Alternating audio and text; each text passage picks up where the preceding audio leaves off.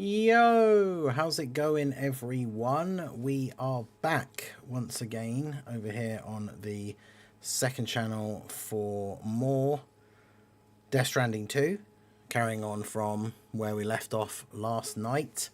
We just finished our first big boss fight. We went and reactivated a mine over here, did a couple of like sub deliveries, and now going to carry on with the main part of the mission and go over here, where we are apparently going to meet a potential new crew member. We do have a truck now, finally. It's not the Barney truck, but it'll do for now. Do I have anything I need to take anywhere else currently? No.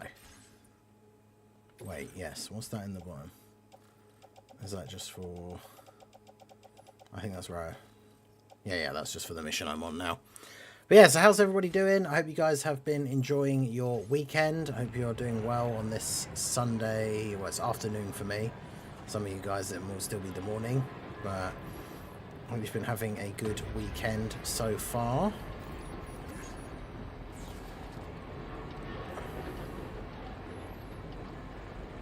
So I'm pretty chill here.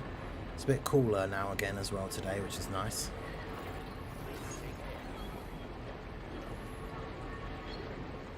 I was enjoying the ride.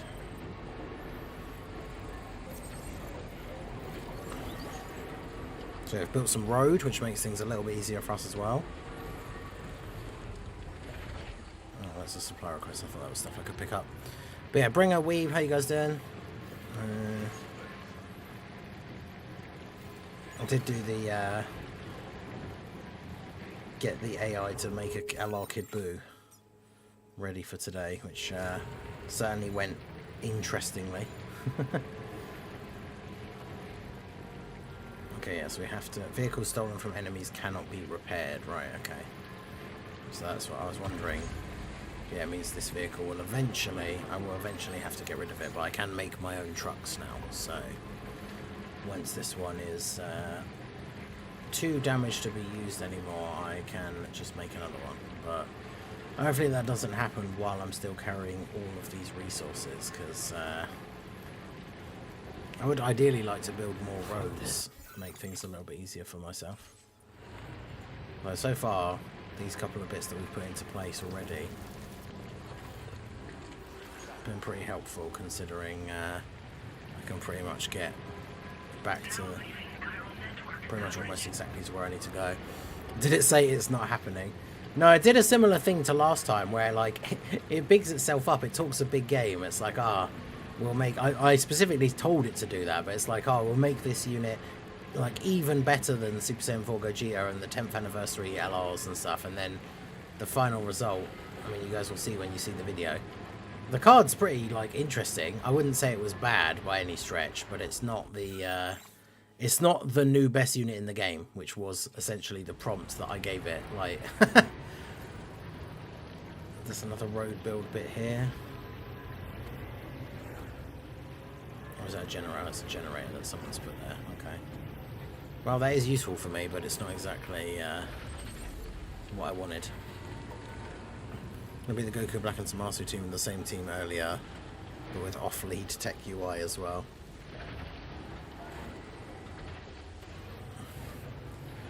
Bringer going through some struggles with the interesting challenge runs. I mean, I guess that's the thing. Any units that are very much relying on dodge, as long as you get lucky with the RNG, you can take them off-lead into events, because as long as they don't get hit, you're fine. Rainbow Valley. Okay. This is where you wanted to go. The truck is looking pretty rusted up now.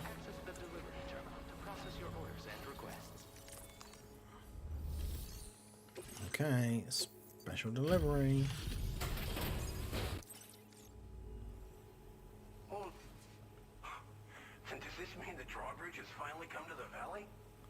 It does. It's an honor to welcome you here.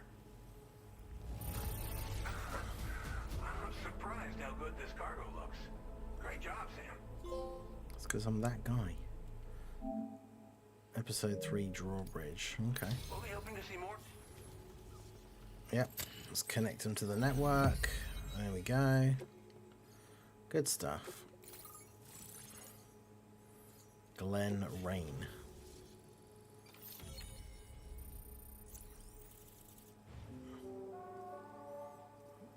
Okay. Oh, hello. Tar cannon. Primarily used to extinguish fires by dousing them with a jet of decontaminated tar. We can also knock humans unconscious and suppress smaller enemies. Deploy the cannon to fix it to the ground and replenish its tar supply. Interesting. So it's like I put down like a little mini turret that fires tar at people. I don't imagine I will use that, but still, pretty funny. The connection looks strong and steady to me. That cargo you brought along is going to make a world of difference. Hopefully no more towns will have to suffer. Oh, we've shared our... Tarkin. Try it out. No, I'm good. Thanks for everything. You and Drawbridge have helped ensure that these lands will one day be filled with life again. However long it takes. If you're looking to link up with them, you'll find them in the ravine on the other side of the river, directly opposite this shelter. Come back. Okay. Right. Time to meet up with our comrade. Let's see. They should be around here somewhere. The DHV Magellan is temporarily unable to travel. Oh, that's fine. I'll just go in my car.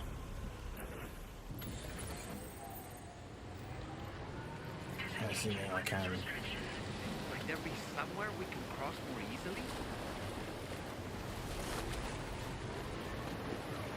Yeah, we'll just drive across. Come on, dull man, where's your sense of adventure?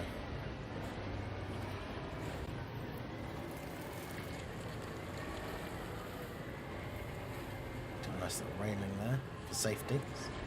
Safety first when you're on the edge of a cliff, I guess. If the turret isn't an auto turret in single player games, I find them pretty useless. Yeah, I mean, they're good for in some games if there's like a mounted turret you can get on when you're in a sequence where there's loads of enemies or something. But yeah.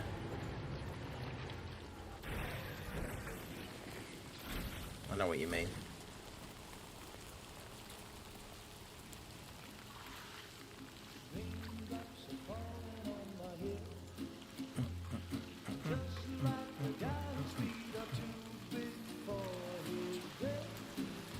Seems to fit. Those raindrops are falling on my head. They keep falling. So I just did me some talking to the sun. And I said I didn't like the way he got things done. Sleeping on the job. Those raindrops are falling on my head. They keep falling. But there's one thing I know. The blues they send to me. It's very Kojima like character introduction cutscene. It won't be long till happiness steps up to greet me.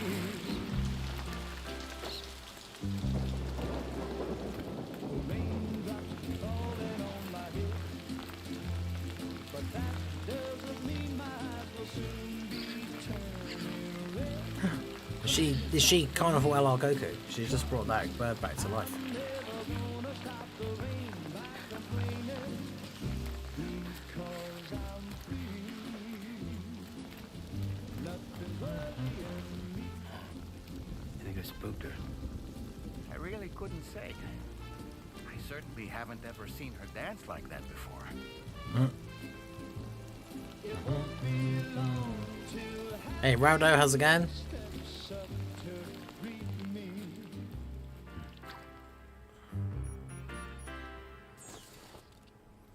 Go on, Sam. Follow her into that facility. Okay.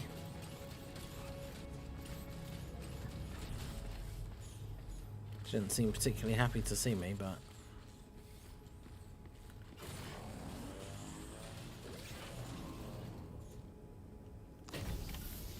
Open door.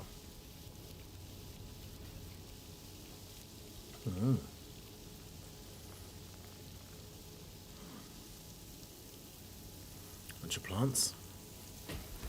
Doing good, waking up for the final day of Evo. Nice, nice. You seen anything cool?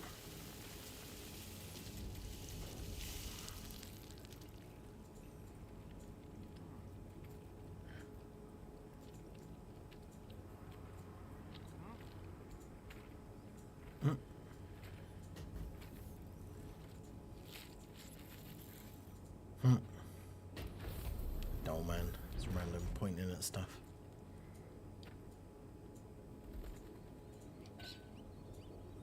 More bebs.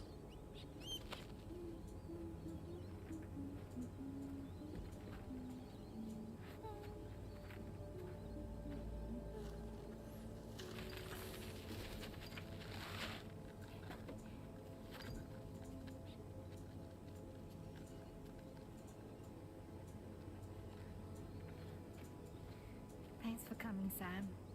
I'm sorry about just now. I didn't know who you were at first. Rainy. You're the picture of health, Rainy. You too, little man. You had some kind of a trick for dealing with time fall. Rainy, it's been too long. Fragile. Can't wait to see you again.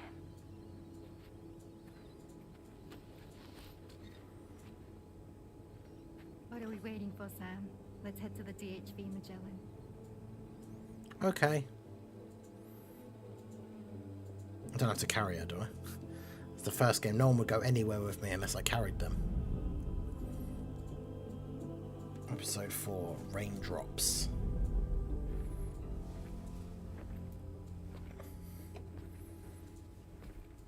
Okay, no, it's just going to jump us ahead to being there. That's convenient. Primal Goku have the line, when guard is activated, reduced damage received by X%. Fragile. I mean, that would be good, Hi. I suppose, right? Because he just guards all the time, especially after he's revived. Nice to meet the old-fashioned way. Caragrams are great, but nothing beats a hug.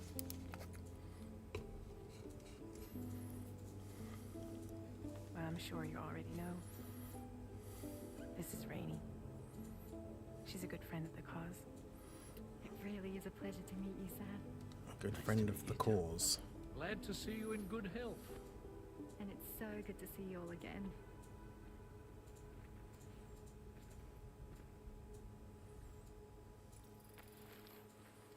The HV Magellan is able to travel once more.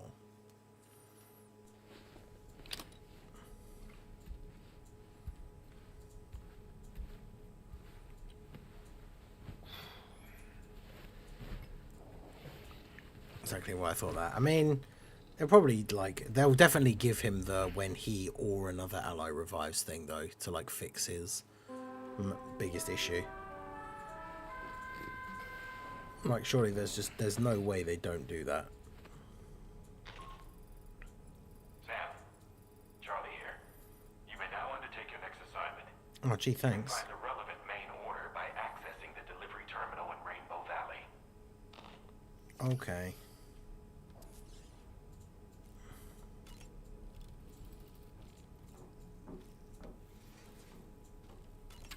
I never actually got to read a book, did I? It was all just a prompt to having a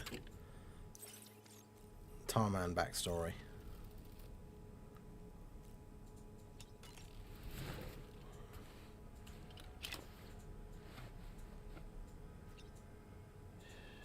It's all good. It's all good.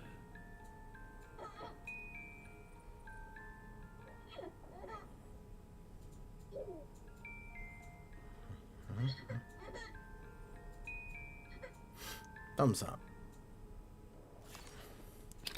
So does the VT buff affect the overall stats, attack and defense by 5%?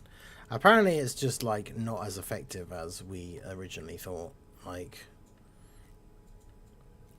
I don't really know all the details of how it works and how it calcs, but Carmen for quite a while now, but that was the first time I've heard them speak about Harada from something Tekken. that fashion. Marvel Tokon fighting game. wish that I Yeah, it could looks do interesting from the anything Summer to Games ease Fest his trailer burden. thing. But setting aside those feelings, suppose that cat of his is in fact his son reborn. Why does it treat me as though I'm a threat? Does it just hate me?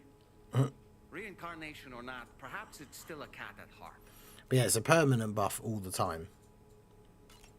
Another order already? You're a very busy man, Sam. I was glad to see Rainey in such high spirits. She's grown so bright and energetic, almost unrecognizable from our first meeting. A pity that her child shows no similar signs of development. Sam, is that Horizon Dreamer I spy in your music collection? That's one of Is it? Daiichi Miura's best. I don't know, that guy gave me a bunch of music for free, but... To listen and remember my family. Rainey used to be much more quiet and withdrawn. She seemed averse to spending time with people. Dolls, too. It was singing and dancing that got her to open up. I'm something of a performer myself, though I've never showed anyone. The Rainbow Valley greenhouses are the product of our researchers' hard work. And thanks to you and me, those invaluable structures will endure for a good while yet. You didn't do any of the work, doll man. What are you talking about?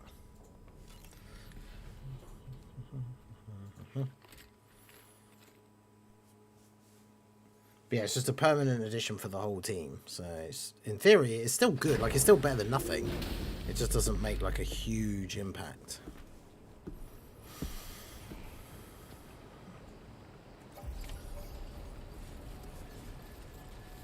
Okay.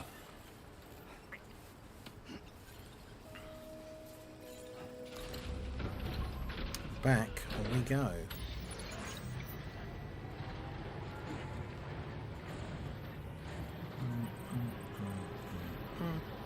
The road I restored was used by someone else. Let's go.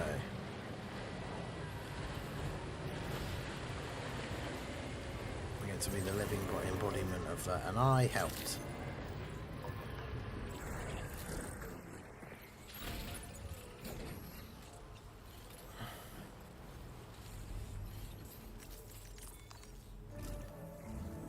Sam, your next order requires you to recover an escaped kangaroo, the subject of an important experiment. Seems the bushland area it hopped off to is one where the chiral density is I'll rescue a kangaroo. Now we know we're in Australia. This is accept the main order. Okay. Okay.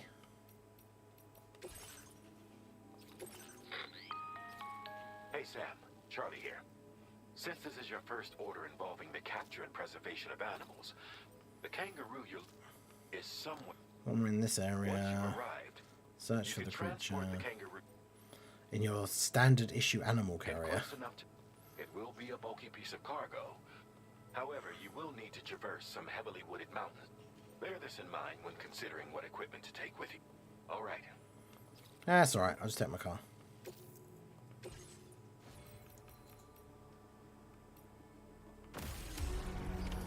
Order accepted. Thank you. Okay. Operation Kangaroo Rescue.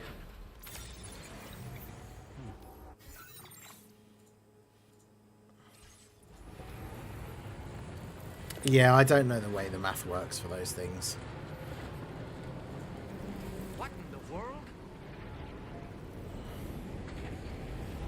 Oh, God. We have a situation, Sam. I'm tracking a fresh bushfire near the injured kangaroo's location. Clock's ticking. Secure the poor little bugger ASAP and bring the shelter onto the chiral network. Once the DHV Magellan can join you on site, we'll see what we can do about that fire. Okay.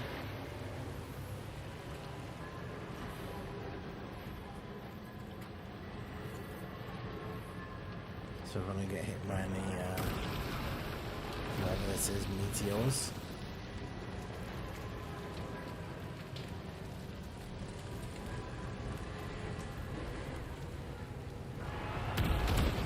Whoa.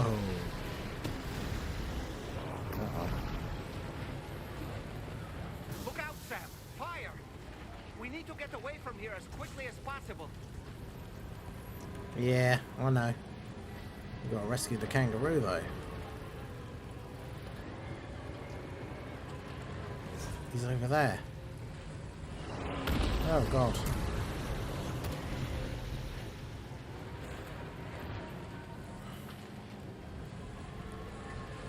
Sam, over there. I see the kangaroo. Get close enough to put it in an animal carrier for transport.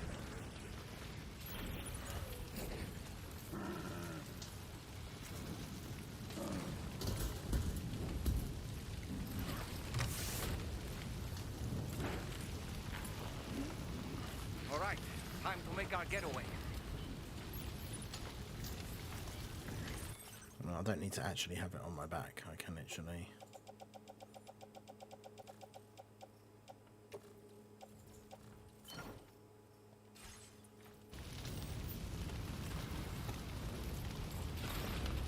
chuck it in the van. Okay. God, now where do I have to go? Okay, this way.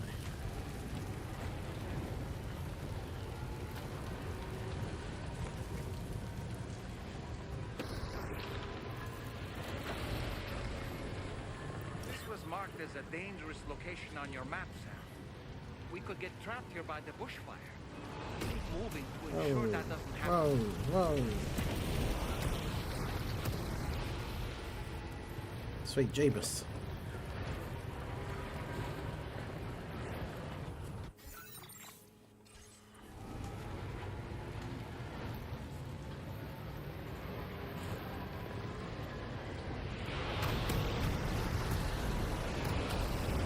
Oh my God. It's going off.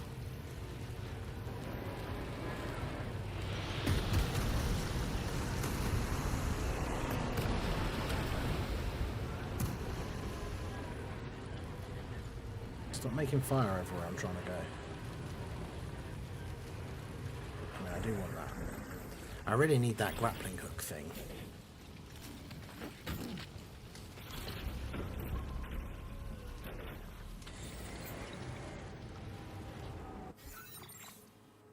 Okay, so this way is the direction I need to go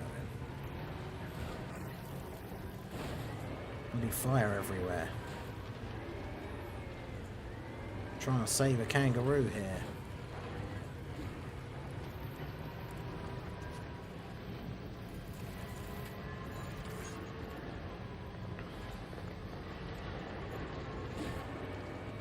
Okay. It's a bit safer here.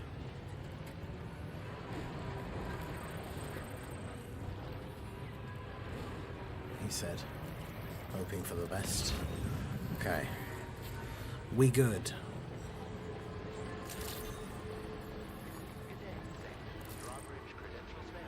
Good day, Sam.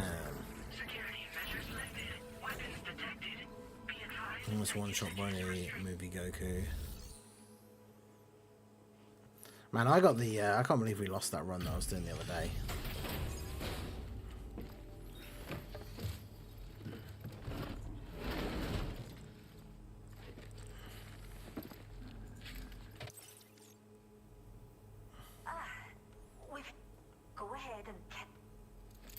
Yeah, the animal refuge person in Australia is Scottish. I forgot about that.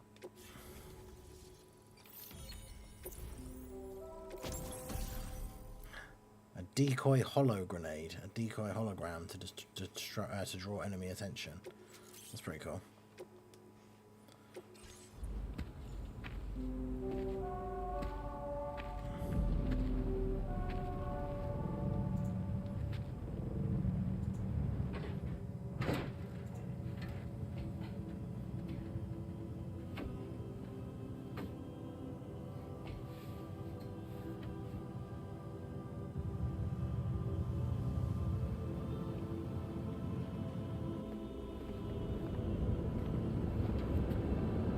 It's a lot of fire.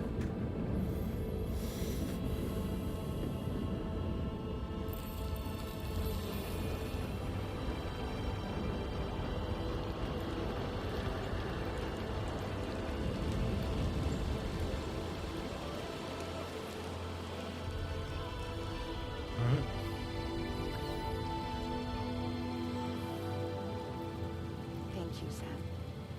Don't worry about the fire. Rainey will put it out for us. Tell me though, who is she exactly? So she makes it rain. It's been about 6 months now Makes it rain. since I first heard about the girl who brought the rain. But yeah, hers is different because it healed the things that we saw last time. The little burb and everything. Whenever I stepped outside, the timefall came. There was nothing that I could do to make it stop. And they hated me for it. Including my parents, who told me to leave. I was the witch who brought the timefall. A monster to be locked up in a cage. A few even tried to burn me alive. The most dedicated witch hunters. Wow. That's pretty brutal. Goofing with the 8 years on the team, hoping I could use their standby to nuke the boss. I got the GT duo off and it did nothing to Daima Goku, damn.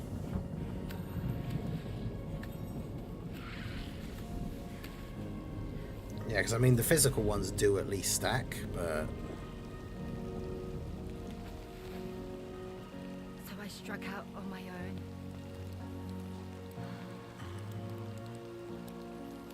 I was alone for so long.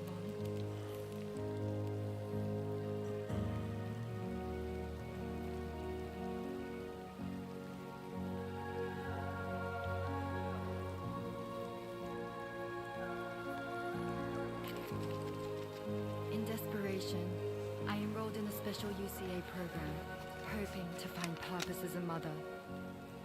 Hi there. You're safe.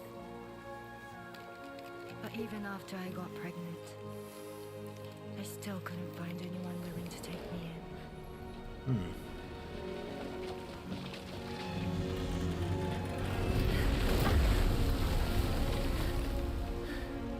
Too fragile, I imagine. All the DHV is going to turn up. There she is! Oh. Fucking witch!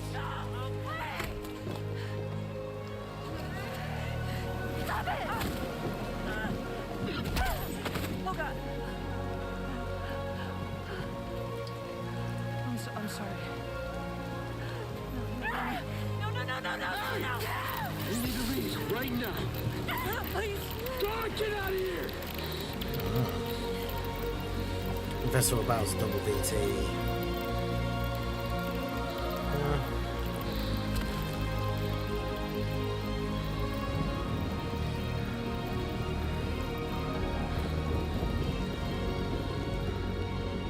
Music got very, very loud at that point.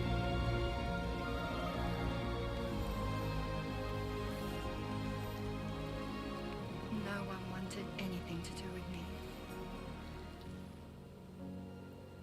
All they saw was a witch, to be hated and feared. Until that day.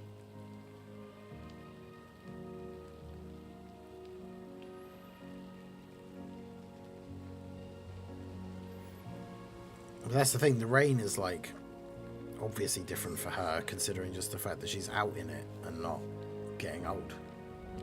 Hey there. You're Rainey, aren't you?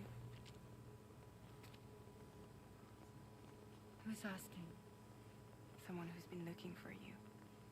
For you and your power. You want my power? Why? You're a pharmacon. Medicine that can harm, poison that can heal. It's all in how you use it. Want to come work for me?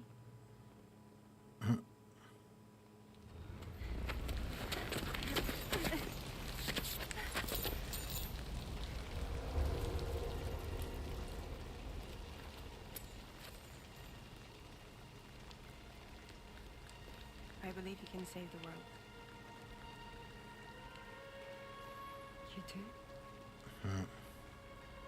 There are things only you can accomplish.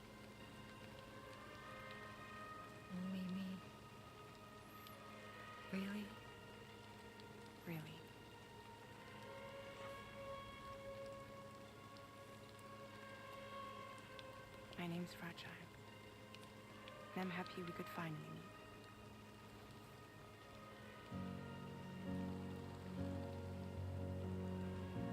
Wait, yeah, I didn't even notice that when we saw her before, because this was like 6 months ago.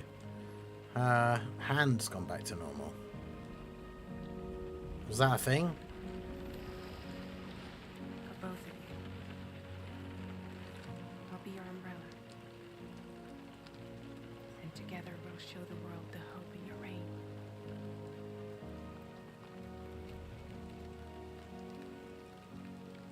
Come on. We wouldn't want the baby to catch a cold. Come on.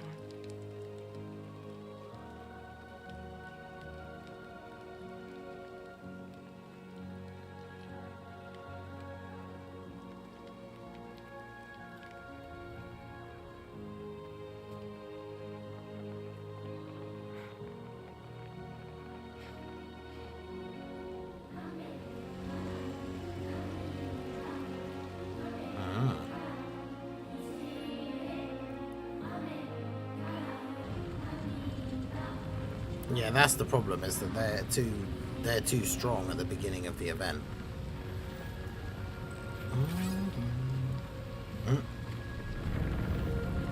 100 likes.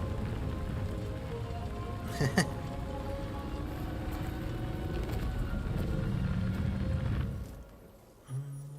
you. That was quite the display. Drawbridge is even more amazing than we'd heard. Thanks to everything you've done for us. The animals are unharmed. It's a wonderful... Okay. The kangaroo seems to be in fine spirits. You took good care of it. I can tell. Yeah. Yeah, I just put it in the box, shoved it in the back of a van, drove it here. All good. Oh, yeah, houseplant seedling. I brought that with me. Cool. Kangaroo you rescued. Oh, once she's had a bit more time to recoup. By the way, you can Can visit the reserve. Yeah, reserve, you say? After the animals in our care. The vegetation around here didn't die out like elsewhere, and we still have a reliable water supply. After we screen each animal in our underground, when that kangaroo you rescued is strong enough, that being said, causing never which is why we... That's cool. Yeah, so that's interesting. So she's got some weird, like, it always rains around her, but I guess the certain radius from her, it doesn't actually do the thing it normally does and makes everything age super quickly. But I've heard that these environmental and all, so I've got Hayek. Speaking of, even a few. I can now capture wild animals. I'd like to tell you Interesting. If only one person is going to talk, why have 3 people on the call? That is a very good point. They're just there. It's like the SpongeBob meme. It's like, look, there's me. I was there. Okay, so yeah, there's no order from them. Do they have materials? They do. Give them to me.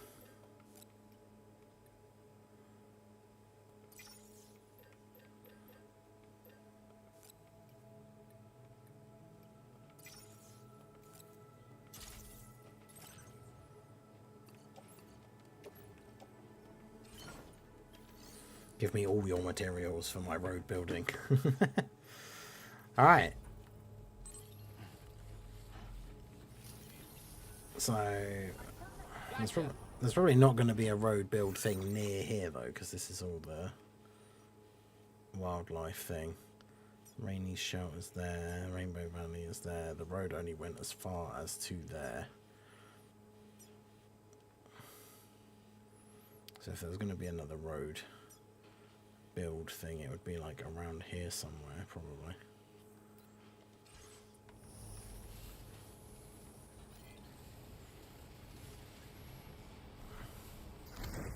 So for now I just need to go back into the ship.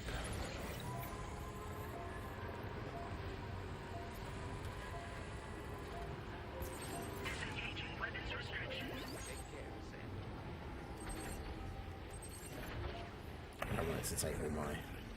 If you put a vehicle in like a garage or something, it takes all of the cargo out, which is annoying. So we'll just do that.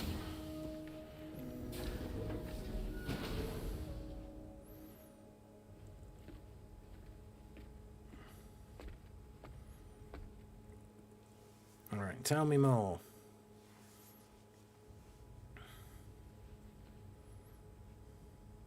When she's outside, Rainey's constantly surrounded by timefall. But within a 1.5-meter radius of her body, a different kind of precipitation is observed. We call it core fall. Anything it touches is restored to an earlier state. In other words, it has the power to heal and repair. It's a very small rate, 1.5 meters. It's not a particularly large radius. People only see the timefall, and not the remarkable woman standing. Yeah, so that's why, like, people. I was wondering because if people didn't like her power and think it's a curse and want to get rid of her, it's because it's still normal timefall outside of that 1.5 meter radius, which is not very big. So. The baby's still stuck at 7 months.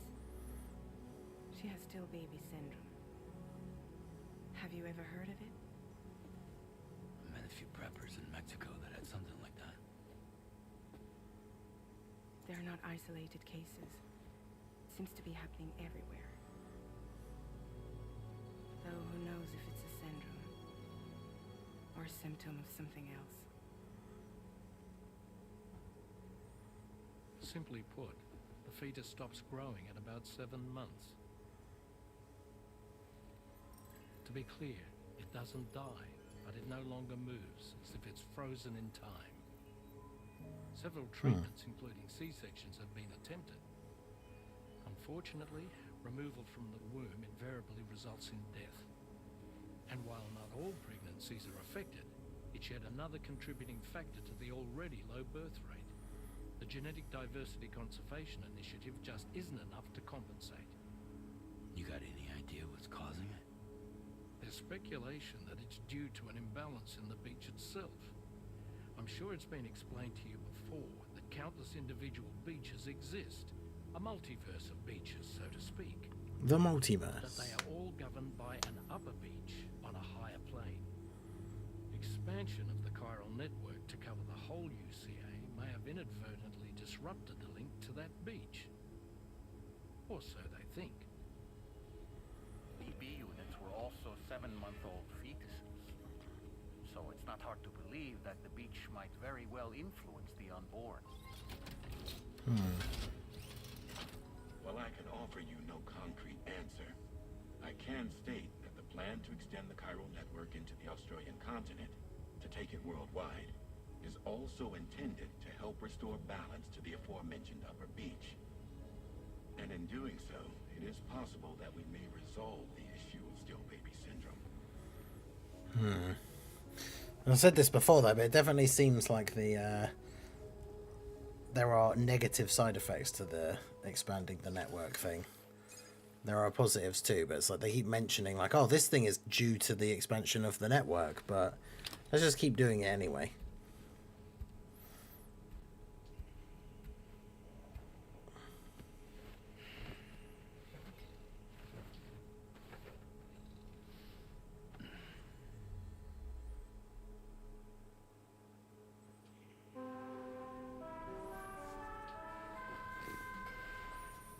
Why can Sam just not use a pillow? Like, that's crazy. Time passed while you were sleeping. You'll be happy to hear that a request has come in which will take you to your next destination. Unfortunately, no nearby facilities have the capacity to prepare the cargo. So it's going to be a long-distance delivery from West Fort Knott instead. Moreover, this request requires you to transport a large quantity of cargo. Careful consideration will need to be given to your route and your means of traversing it. Oh, jeez, my truck. Think about what equipment you might need. Only then should you commit to a plan of action. Access the delivery terminal at West Fort Knott to pick up this main order. Oh, and the DHB Magellan can take you there, if need be. Just open your ring terminal and Yeah, I know. But we won't be doing that. We like our vehicle. For one positive, there are two negative situation. I mean, it might even just be 1 for 1, but yeah, it seems like that is the case.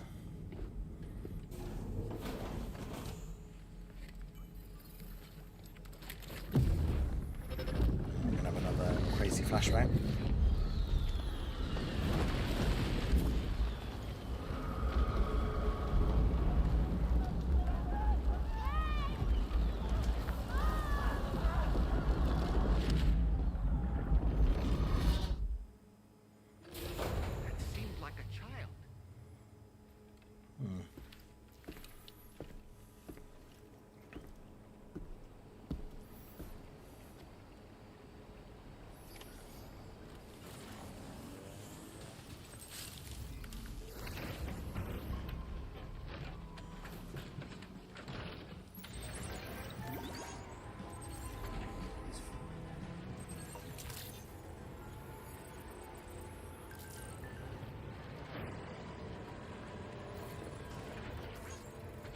There's someone in my house.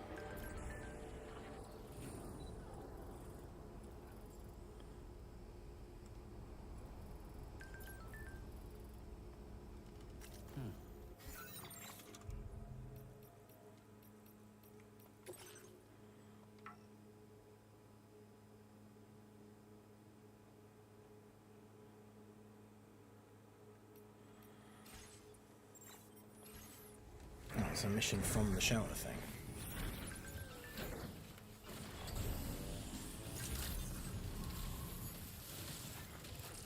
Go and pick that up. Hey Sam, why don't you? Because I don't want to do that.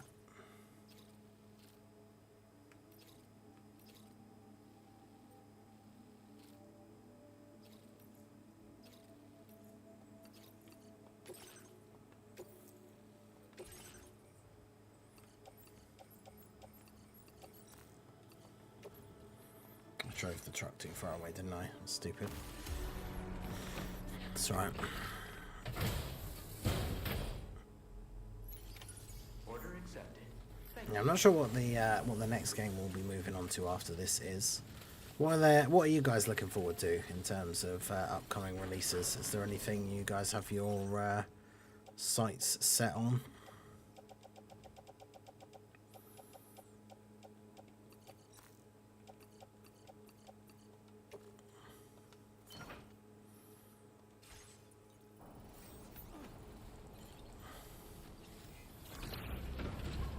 I really want to know when, like, a proper date for when Slay the Spire 2 is going to come out.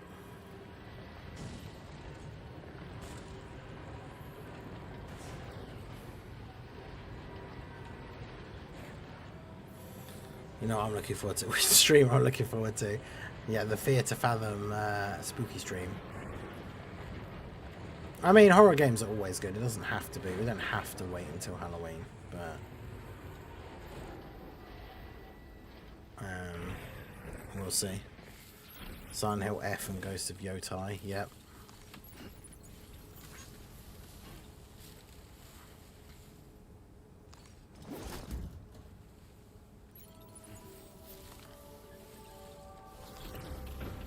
Now, I'm not sure about Silent Hill F. Like I said before, I'm still a bit, like, unsure how I feel about it.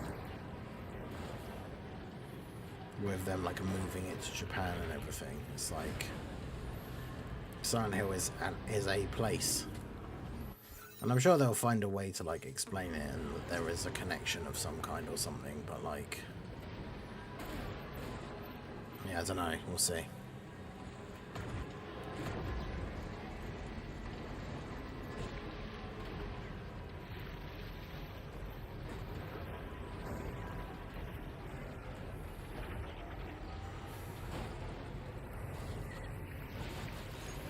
Go this way.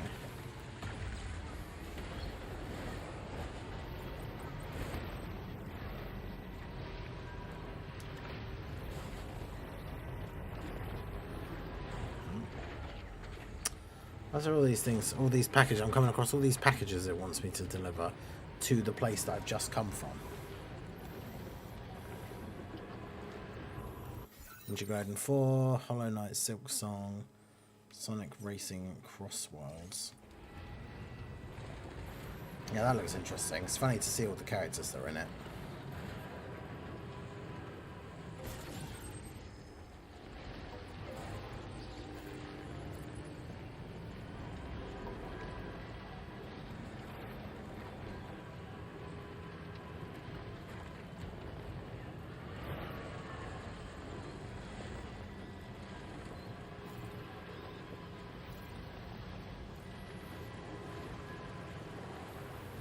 So I need to be on this side of the...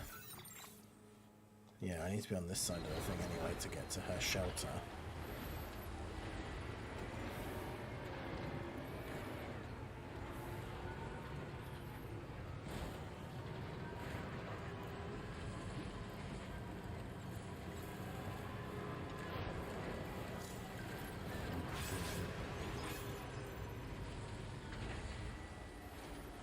There's a couple of interesting like horror games that are showing at like the Summer Games Fest and State of Play and stuff. Obviously Resident Evil 7 is a big one, but that's not going to be till next year.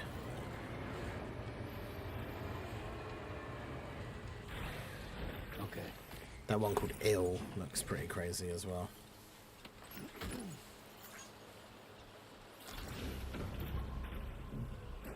There's a Dokkan Fest Great Ape Vegeta. Oh. But then go Super Saiyan 4 like Goku.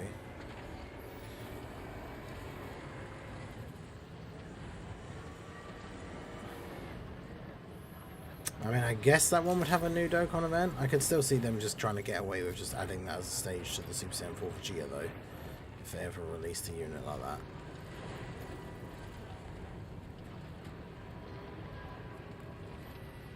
Because that's the big thing that we know, is that it's going to be a new character that doesn't have a stage yet. And that's the thing that's kind of throwing the prediction like off for who it could possibly be. So it's one of those things, did one of the birds order the bird feed for itself? That would be genius. Silk Song is the equivalent of LR Kid Buu, it's not real. We'll just wait until, when this stream is scheduled to end at 6, which is just over 2 hours from now, that's when the LR Kid Buu video will be dropping. The birds did order it.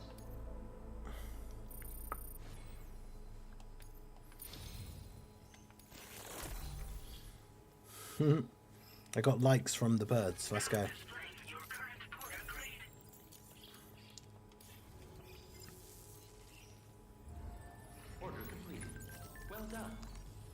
Do do do do do do. My birds are geniuses. I mean, yeah, they ordered seed all by themselves. What passive did I get? Well, it wasn't me. Remember, it was the AI. But I say I'm not gonna spoil the video. I say the video comes out in just over 2 hours. You'll be able to see it. You'll be able to let me know what you think.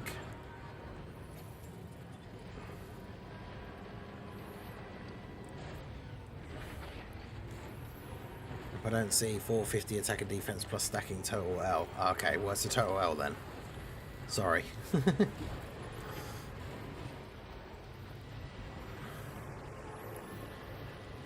I do think the AI did a fun, like, fairly decent job. It'd be a pretty fun card. I don't think it quite met up to the, like, make it the best card in the game parameters that I gave it, but... Hey, Tala, how's it going?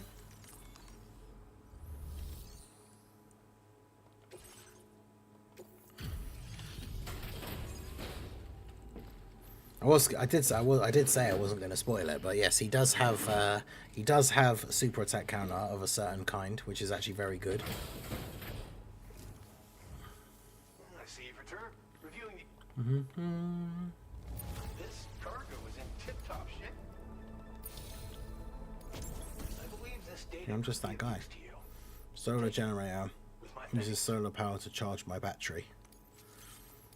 I just have multiple things that let me charge my battery quicker.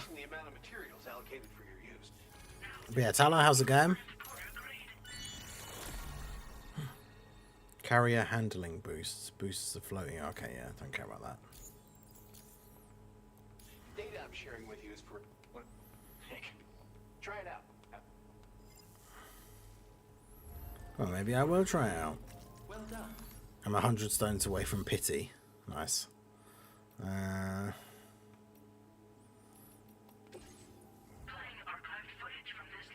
didn't mean to do that. Well, what did I click on?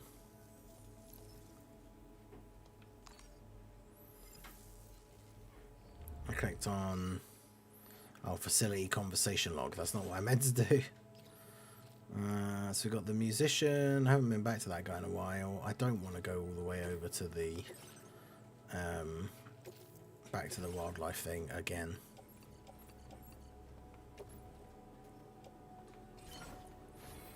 I'll just put that stuff in the truck. But yeah, we're all good. Tala, how are you? Doing well on this fine Sunday, I hope. Yeah, I'm just going to put a solar generator on my backpack as well. I've got all the things. Do you watch Supernatural? I did watch it up to a certain point. I'm not too bad. Maybe for 40 minutes left of work. Nice. Yeah, I watched the first like few seasons, and then I got to about 6 or 7 or 8, I can't remember, and just got bored of it.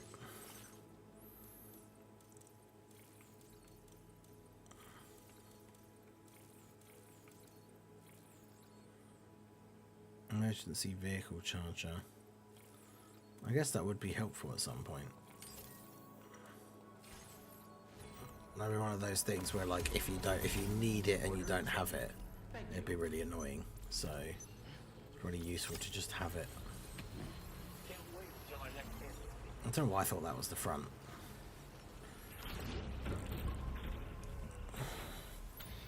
So, okay, Tyler coming in with the deep philosophical, hypothetical questions again. I haven't actually even read it, but... Oh, that smells nice. What is that smell? What you got? Soup? Ah, it smells nice. Little Blue's got some sup. Would you rather be able to... Okay, this is gonna... I haven't even read the whole thing and I'm already wondering what your... What's that last hour of work getting to you? Would you rather be able to turn people's hands into tangerines or have the ability to always smell really good? I mean, the ability to always smell really good is just actually practical and useful in like your day-to-day life. They're like, you'd never have a situation or like weird social situations where people think you smell. Whereas turning people's hands into tangerines, I'm not really sure if there's any sort of... Is there any practical application for this? I mean, I guess if someone's trying to mug you, like if somebody pulled a knife on you and was like, give me all your money, and you're like, well, what are you going to do if I don't? Well, obviously I'm going to stab you with this knife. I'm like, well, how are you going to hold that knife when your hands are tangerines? You just see the shocked look on their face and hear the clatter of the knife hitting the floor as their hands have become tangerines. But yeah, other than that, there's not really many practical uses for the hand-gerine ability. So I think I'd probably just go for the always smell nice. That's true, you save money on like cleaning products and stuff. Well, no, because I guess it's... The thing is just that you always smell nice. So you're technically not actually clean. So you would still have to like... clean yourself with soap and like other things, but at least you just always smell nice was the... Oh, I'm going the wrong way. Piss. I've gone the wrong way. I don't want to go into like BT territory. Can I just go back this way? Will that work?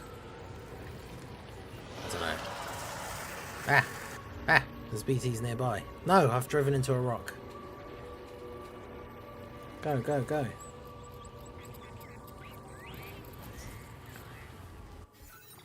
Yeah, because he's up there, so I need to go directly sideways. Maybe I do have to go that way. Ah, screw it. It feels like it's probably just easier to go this way anyway. Tangerine hands. Yeah, but I'm assuming if you turned your hands into a tangerine and then ate it, that's still your hand, so now your hand is just gone. Plus, you'd still be eating your own hand, which is kind of weird. I'd easily go tangerines. Think of the mischief, sitting here being able to run against game where suddenly turning his hands into fruit. That is true. I'd be in the middle of a situation like this, and all of a sudden you just hear the sound of the controller like hitting the floor, and then it's like, I just look at the camera and I'm like, and I've got tangerines for hands. It's like, she did it again. Huh? Yeah. Use your channel points for like have little blue turning his hands into tangerines. So like right in the middle of doing a like really hard part of a game, like a Souls boss fight or something. It's like your hands are now tangerines.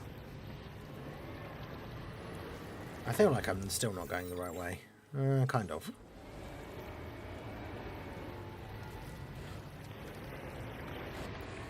I don't think I can drive up there though. Let me just get this. Just getting silly.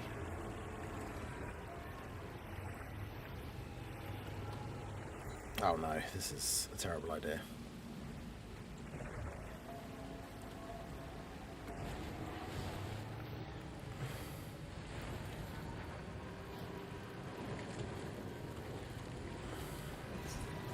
Okay, there's a bridge over there. Maybe I should just go round this bit. This is very awkward.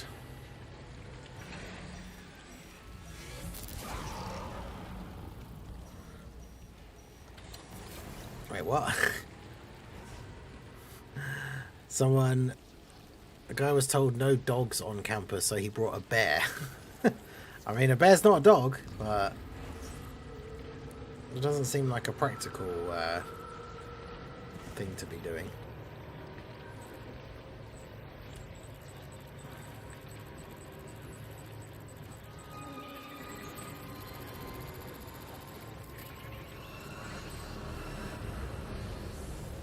I'm always intrigued, but then at the same time, part of me doesn't want to know how Tala comes up with these things. I mean, boredom is possibly a large factor, as he says he's at work, but turning someone's hands into tangerines is not something I feel like I would have thought of just randomly off the top of my head, but you never know. Would you rather eat whatever you want and not gain weight, or make all the healthy food you eat taste whatever you want? I mean, I feel like the just eat anything and not gain weight one is probably better, because just making healthy food taste nice, you still have to choose to eat that food, even if it tastes nice. Doesn't necessarily mean it tastes as nice as your favourite things that are not healthy for you. Plus, as most people know, and it's one of the reasons why it's frustrating for people in general to eat healthily and eat well, healthy food is normally more expensive as well. So even though you're making it taste nice, it's still more of a hassle overall, I guess. Yeah, I'd probably go for the just be able to have whatever you want and not gain weight thing, I guess.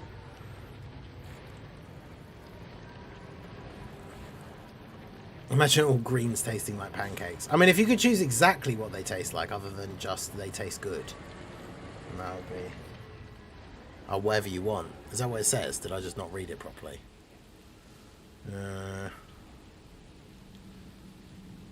Oh, taste whatever you want. Okay, yeah, I didn't read it properly. Make it taste like whatever you want, then I guess, yeah, that's fine. Because you could eat, like, you could basically just eat almost, well, not nothing but, because you still need other nutrients and stuff, but you could eat, like, celery just constantly, because celery is, like, minus calorie food. You consume more calories eating it than you get from actually eating it. So, if you just made celery taste like a chicken Big Mac, then you could just sit and eat a box of celery, like, every meal. But like I say, you do still need other things. You couldn't just eat celery, but I would just eat whatever I want. It's kind of like making healthy food taste nice with extra steps. Yeah, kind of. Although I suppose it's one of those, if you wouldn't gain weight. If you wanted to lose weight, that wouldn't help you, because you could still just be eating junk food, and you wouldn't gain any more weight, but you wouldn't lose weight. So, Probably the make healthy food taste like whatever you want is the best way to go.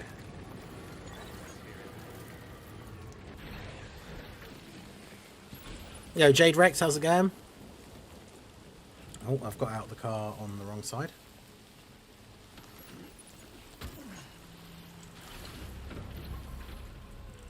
I would go tangerines so I can help out in hostage situations and then charge the government ridiculous prices to pay for my services. Yeah, you're like the ultimate hostage negotiator. But yeah, that's the thing, you never reveal your secret, although the people who you've like negotiated / helped be captured would probably just tell everyone what happened. But that would be hilarious. No one knows your methods. You go into like an armed hostage situation, you always come out with the hostages all fine. It's like, how did he do that? He turned all of the kidnapping like hands into tangerines. Although you don't still have to have like, if in that kind of dangerous situation like a hostage situation, you still have to have some sort of like skill, because even if you turn someone's hand into a tangerine, they can't hold anything anymore, but they can still punch you with their like tangerine hand.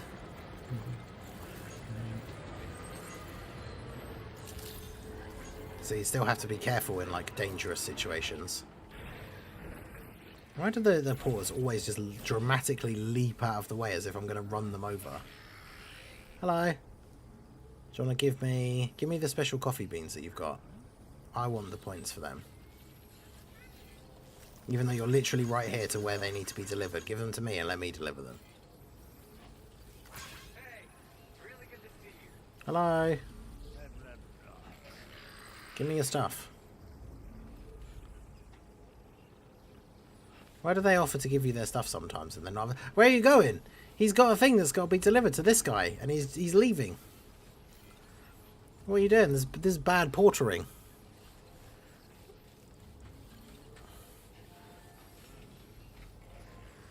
Yeah, exactly. That's the thing. You'd have other health issues, because even though you don't gain weight, I suppose if you just ate like, you know, high cholesterol foods all the time, you wouldn't gain weight, but then you'd probably still end up with other health concerns.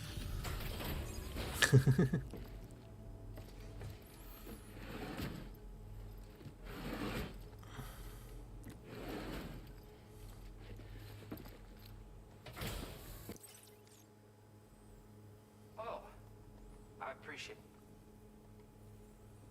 B? Little bit longer than I was expecting. Tough journey, huh? Oh, I didn't realize that was a time limit one. Oops. Yeah, that's true. A lot of people would probably just, yeah, be too freaked out by the fact that their hands were tangerines to instantly go back to focusing on the situation at hand and trying to fight you. That is true.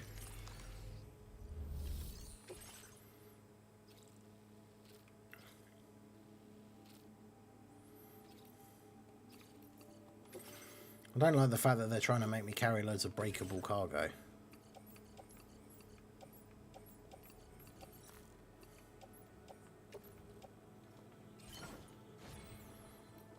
Breakable cargo seems dangerous. Open doors to wherever I want to go. I mean, that feels like the go-to option, right? Like, pocket dimension to store your stuff. I don't really have that much stuff that I need a pocket dimension. But yeah, being able to just go wherever you want. Imagine how useful that would be for all sorts of things, like running different, if like you had errands that you needed to do, like, because you can just go wherever. Like, even if you needed to go to like a specific shop somewhere, you can literally have a door open out into, like, you know, a door that's in that. I'm assuming it has to be another door though, right? Like, you just come out of a doorway that already exists, or does it just make a door appear somewhere? Because I feel like that's an important distinction. Because if it makes a door just appear anywhere, then you can literally go anywhere you want. If it has to appear where a door already exists, then that does limit it a little bit. I mean, it's obviously still awesome, but...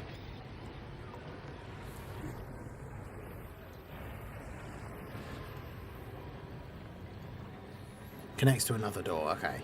So yeah, you just have to, like, if there was a shop you really wanted to go to, you just have it open, like, out a doorway, like, you know, like, say it was in a shopping centre you wanted to go to, you just have it open so it's as if you're coming out of, like, the toilets or something. What would happen if someone else is trying to go through that actual real doorway at the same time? Does it just make it so that for like that split second the door doesn't work for them or something? Like they go to open the door and it just doesn't open.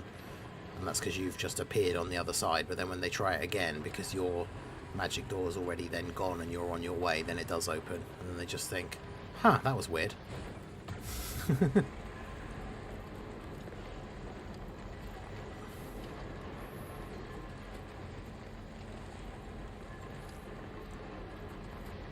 Yeah, exactly. It doesn't limit you very much. It would just limit you to things like, I want to go to like the middle of the Sahara Desert, like just to see what it looks like, and the fact I could then just jump back in my door and go back again. But yeah, you obviously couldn't do that if you have to connect it to one that already exists, but that's fine.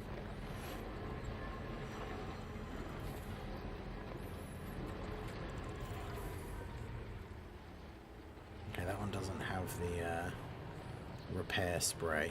That's fine.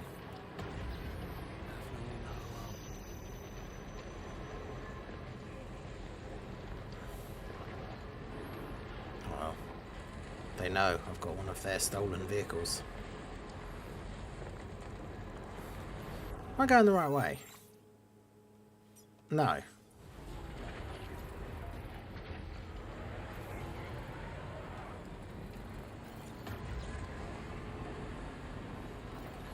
I was indeed not going the right way.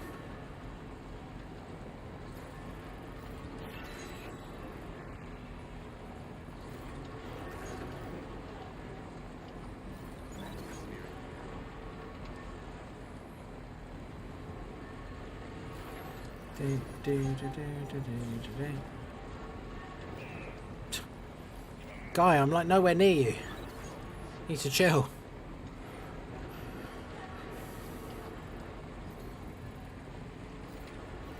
But yeah, the door to anywhere thing would be awesome because you could like open doors at like in a concert like venue, just like come out of as if you've just come out of the toilet, so you've already skipped past the bit where you have to go in the ticket in the front with a ticket. So you could go like any way you want. Just come out of a door like in Disney World, if that's where you wanted to go. Because you bypass every like front of wherever you need to give in a ticket for somewhere, and then you just come out of like the bathroom in that place, and then there you go.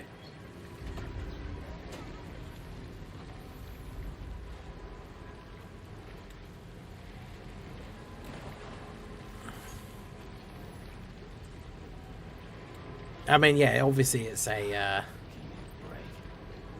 it could be, I mean, a lot of these things, the powers could be used for nefarious means, but yeah, that would just be awesome. You just be able to go, like, cool places.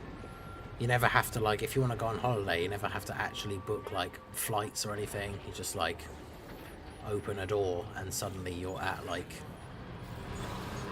somewhere in Japan or somewhere in France or Italy or wherever. I guess it's one of those, do you have to like know exactly where the thing is? Like, do you have to be able to picture the door, or like how does that work? Or does the door just open up somewhere?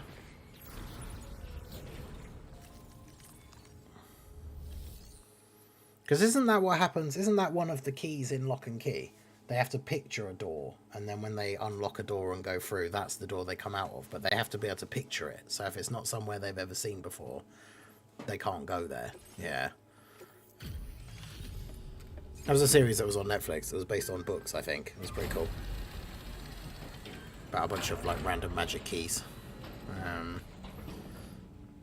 Be on Google Maps all day. Yeah, true, actually. Like if I want to go to France somewhere, or like I want to go to this particular region of Japan, so you just go on Google Maps and go to Street View and then just look at all the buildings around where you want to go and then go, right, that's the door that I want to come out of. So yeah, to be fair, thanks to Google Maps, that's a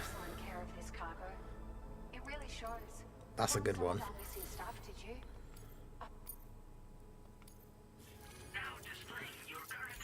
Wait, did I just get to 3-star, or was I already at 3-star? Oh, I must have got to 3 already because she didn't give me anything. They didn't give me anything. It's time for me to... Oh God, I don't know. I'm not good at these. Aid packages to the Northern Observatory. Oh, right, that's my next actual mission. I haven't been there.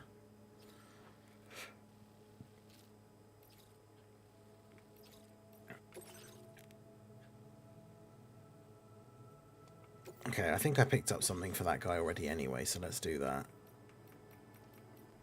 Although, actually, it didn't want me to... I didn't have to pick up anything. Recover mystery cargo. Oh, mystery cargo from near the plate gate.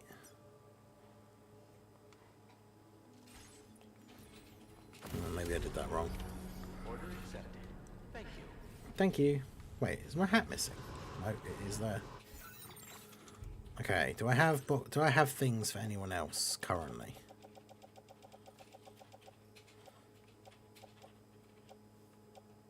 Okay, I have stuff for a couple of different people. I think of mine randomly in the moment. It's just hard to think of like two things that are intriguing and also kind of at least comparable to each other, because I feel like some of the ones that we've had, like that last one, are pretty one-sided. Like the pocket dimension to store your stuff in is kind of cool, but who really has enough stuff that you need a pocket dimension? And then when the other option is you can teleport to like any door that exists anywhere in the world. That's pretty, I feel like that one's pretty one-sided. Would you rather the ability to read minds or listen and speak other people in different languages?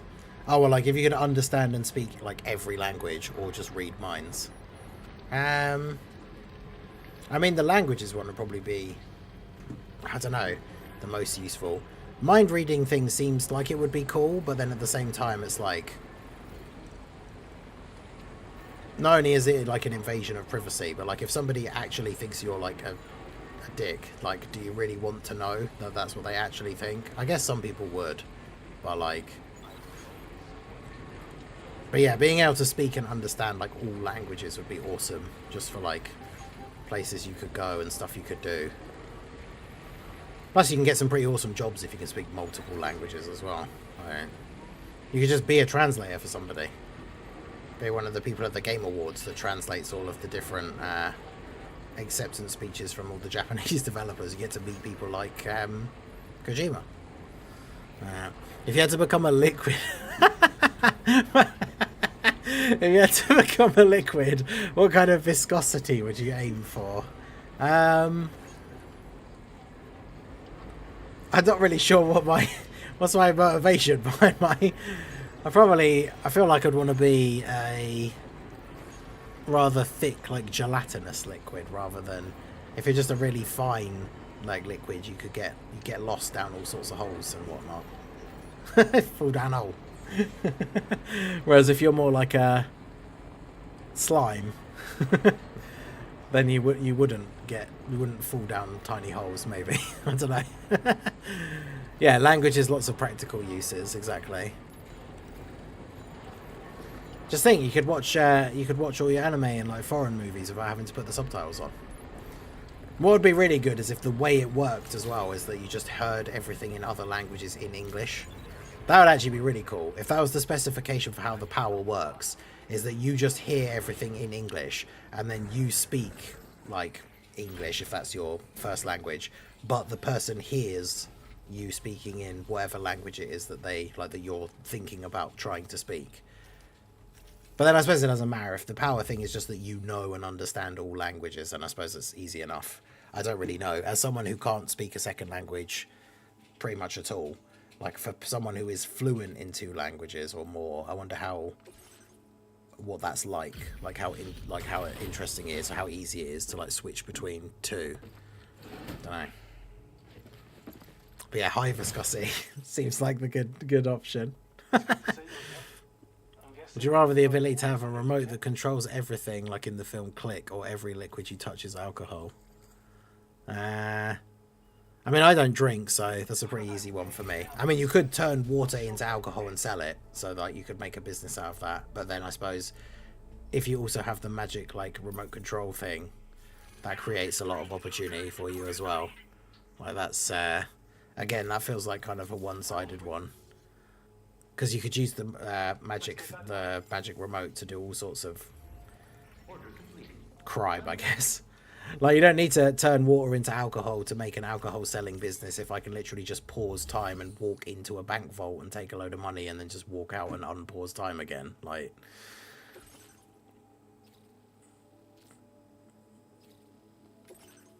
Okay, so we've got to take metal back to that guy.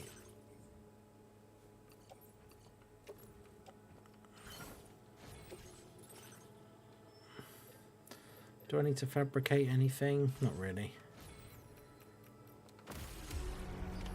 Order accepted. Thank you.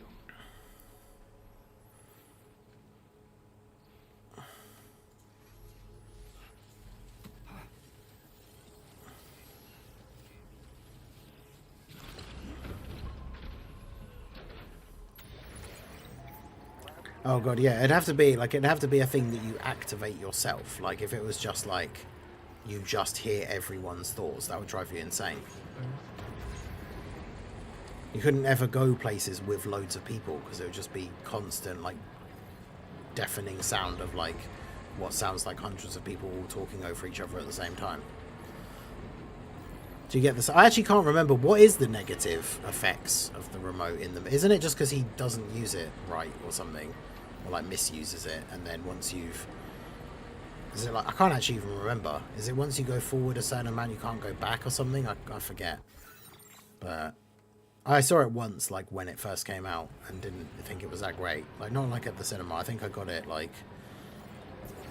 Actually no, it wasn't even when it first came out. I think I got like a cheap DVD version of it or something. But yeah. Back when I used to work at the game store, like we had a thing, we did not only games, but we did pre-owned like DVDs as well. And it was like, we only used to give like, regardless of what DVD it was or how new it was, we used to take in DVDs, but we just literally used to give like 50p for them. And then we'd sell them for like, buy like 99p each, buy two, get one free. So we weren't exactly making loads of money on it or anything, but it was like a really good cheap way to get DVDs. So while I worked there, I just used to pick up random stuff, and if there was like 2 movies that I wanted, you get one free. So then I'd just pick some random thing that I had maybe even never seen but looked like it might be interesting, because at the end of the day, even if it turned out to be terrible, it was free.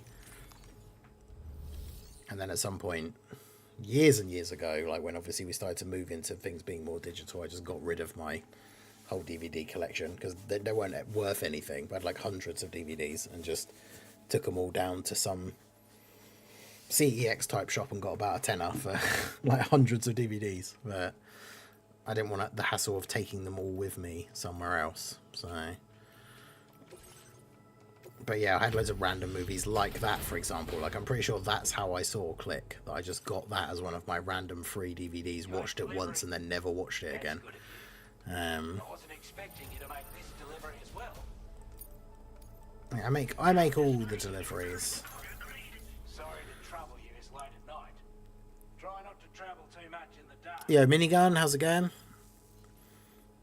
Certainly it will remember certain actions and will automatically activate. Oh, right, yeah. Yeah, I think I remember. Because isn't it like he skips...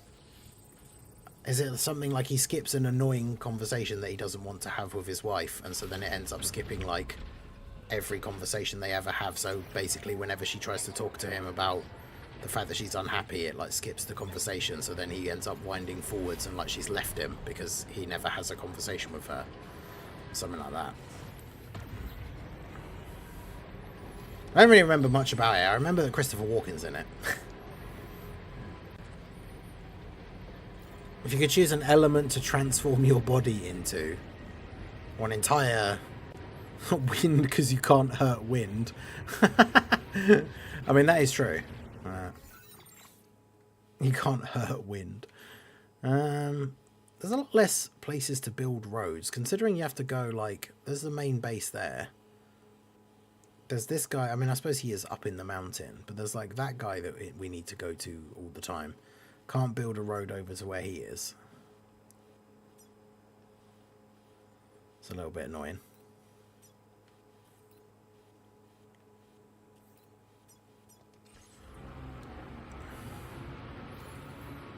Yeah, he fast forwards most of his life, yeah. Yeah, I remember the whole point is that it has a sad end, as it leads toward a sad ending, and then he basically like begs for the chance to like redo it or go back to like before he had the remote, and then he does and is a better person or something, right? It's like the end. Spoilers for the 20-year-old movie, however old it is. Yeah, we're all good. Minigun, thank you. Rainy outside. At least it's changed now from being super, super warm over here. Although apparently, according to my dashboard thing, it's 22 degrees. But it doesn't feel anywhere near... I suppose it's cloudy and, like... doesn't look that bright outside, I don't know. But apparently it's still quite warm. Mine would be diamond. Sweat out diamonds and stuff. Wait, diamond isn't an element. Oh, you mean an element, like any element. I think literally, because Weeb said wind, I think everyone thought you just meant like earth, wind, water or fire. But if you mean like any element on the periodic table, then... Although I'm not sure if that... Is that how that would work if you turned your body into being made of diamond? I don't think that would mean you then sweat tiny diamonds. If it did, that would be pretty good. But I don't know if that's quite how that would work.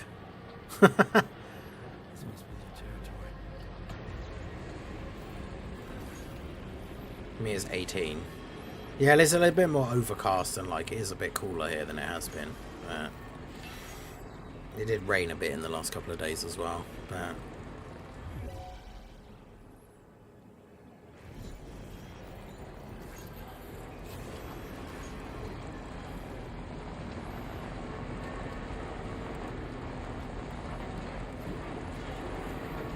they're shooting at me.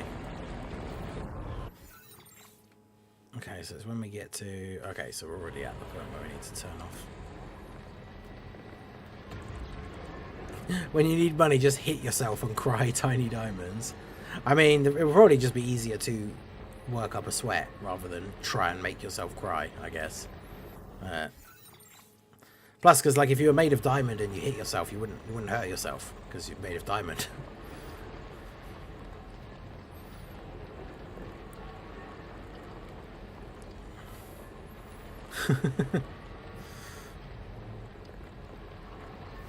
But if it's any one of like just the sort of like the 4 elements, water would be cool, because if you turn yourself into water, it means you could technically go anywhere in water and like...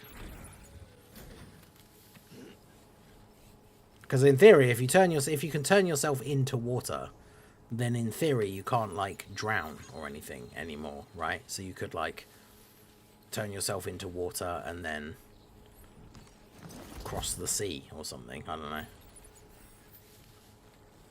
Trying to think of any uses that any of the other ones have. Like turning yourself into fire would be pretty awkward, because even if it's all good for you, it means you set things around you on fire, which would be pretty awkward. Earth, well, say you just kind of turn into like a mud man. I don't know if that would be super useful for anything.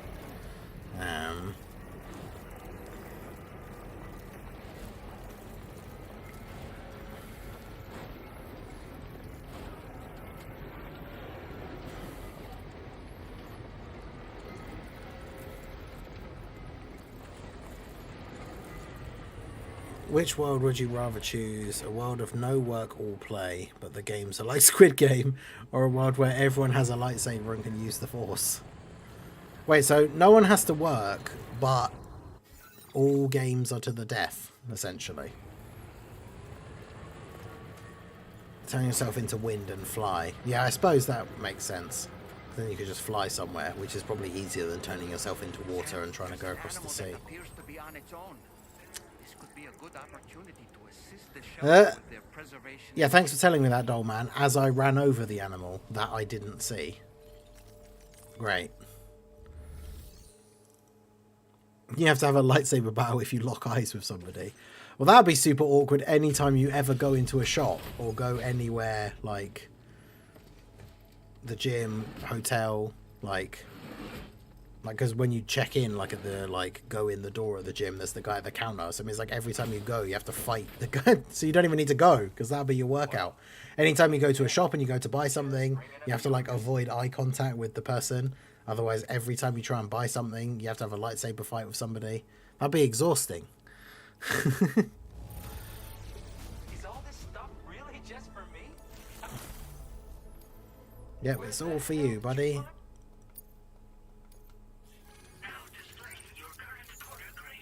Stay in touch, Sam.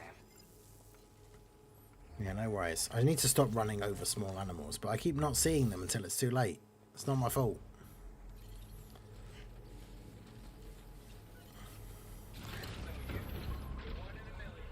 You don't you have the force, so you'd have to see without using your eyes. Yeah, true.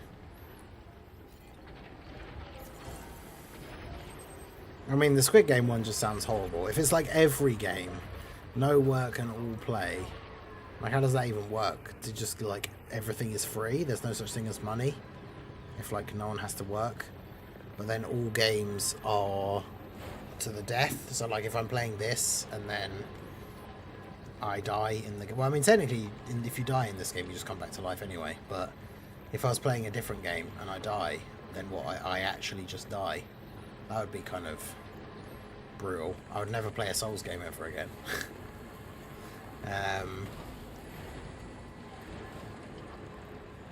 I mean, the Force one, probably. Yeah, I'd be walking around with a blindfold, using the Force to sense my surroundings. Yeah, true.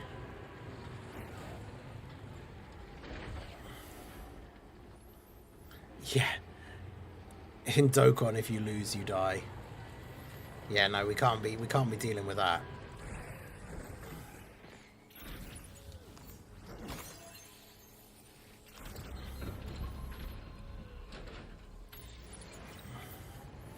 But yeah, that is true. You just wear a blindfold and then use the Force to see everything. And you never have to accidentally lock eyes with someone and have a lightsaber battle.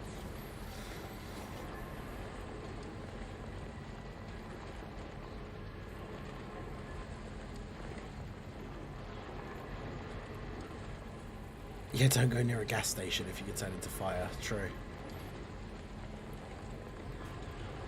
Right. Do I have any other cargo-y things, or can I just go back to... Oh, I do. I have... What are these for? They're for Rainbow Valley. Okay.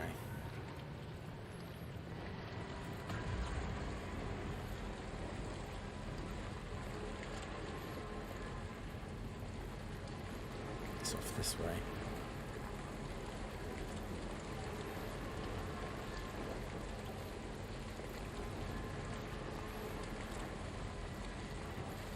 I have to be careful as well, because eventually my truck is gonna be unusable. And because it's the enemy one, it means I can't repair it.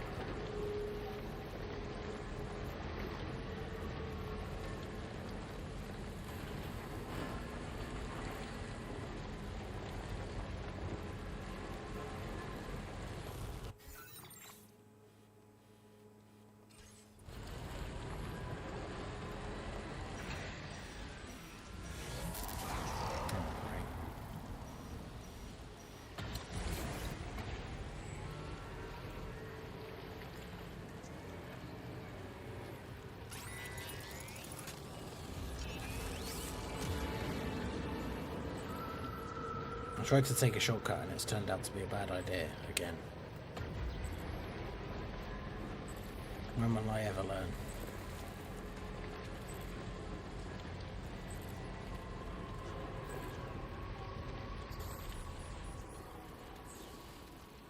Well, a thing for the place that I'm going.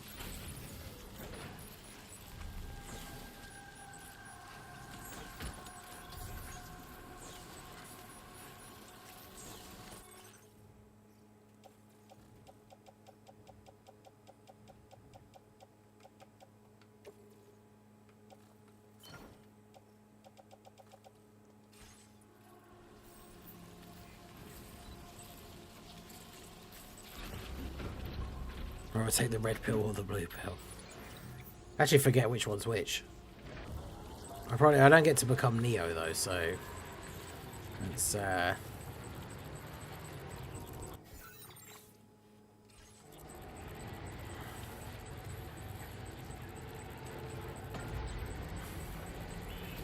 like you'd want to know, right? Like if you ended up in that situation in that room with Morpheus.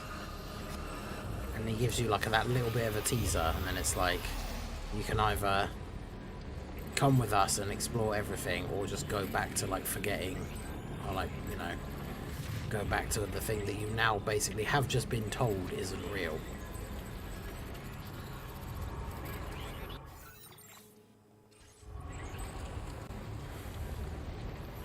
But I suppose you don't realise just how like bad it is on the outside. That's the whole that's like Cypher's whole reasoning for like betraying them in the first place, isn't it? Is that the life on the outside it sucks.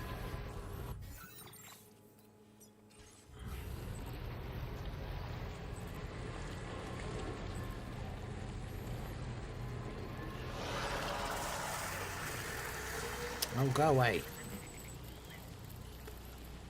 BTs. No one wants you here. Oh, my thing's run out of battery. I did not realise that that was the case. I can do my emergency battery charge thing. If you could just have an extra body part, have an eye, nose, ear, arm, or leg. Extra arm, the real three sword style. Is that it? It gave me like basically nothing.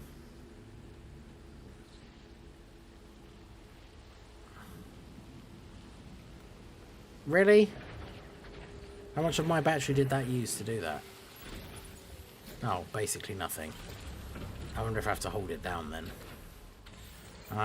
Is there a generator near me? Because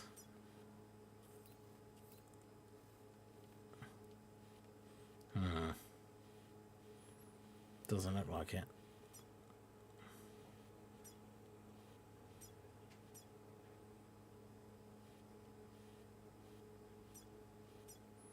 Oh, I know there is one over here.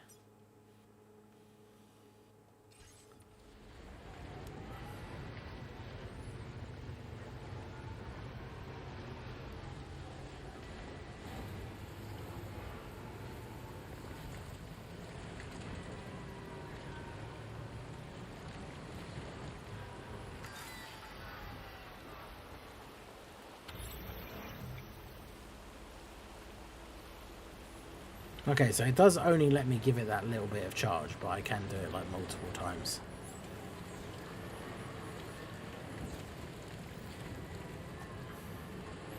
I mean, I should just move everything over to that truck and just take that one.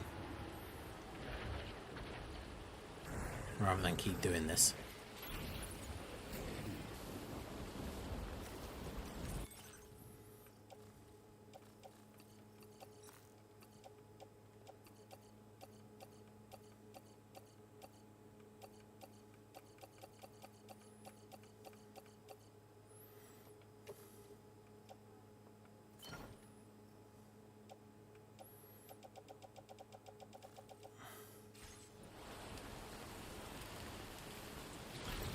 Okay, just take this one.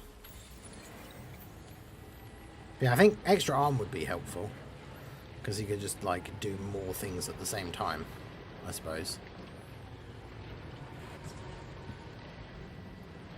Like you could be playing a game with both hands on the controller and still like take a drink or something at the same time without having to stop. Among other things. More important things, I guess, than just that, but still.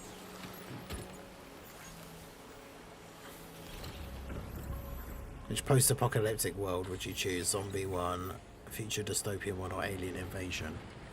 I mean, they're all pretty bad.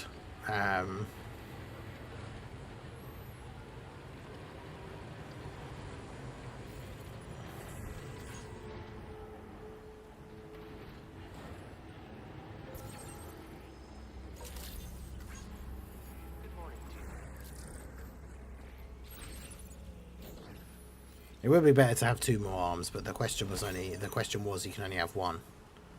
So it's like one extra arm or leg or eye or ear, which having an extra ear or an extra nose, I don't really see how that would be useful. I mean, you would obviously smell or hear like slightly better, but not like I don't think just having one extra one would give you like superhuman hearing or anything.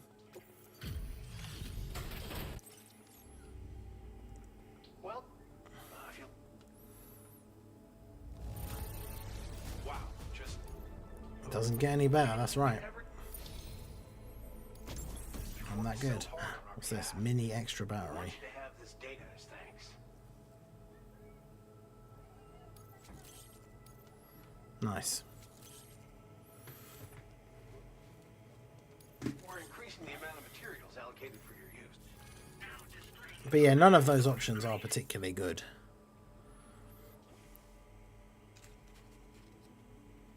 Yeah, but alien invasion, if they have like enhanced technology, there's basically nothing you can really do to fight back.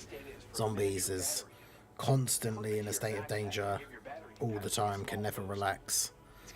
And as we see from basically all zombie movies and like TV shows and games and stuff, most of the time it's other people that are the real enemies.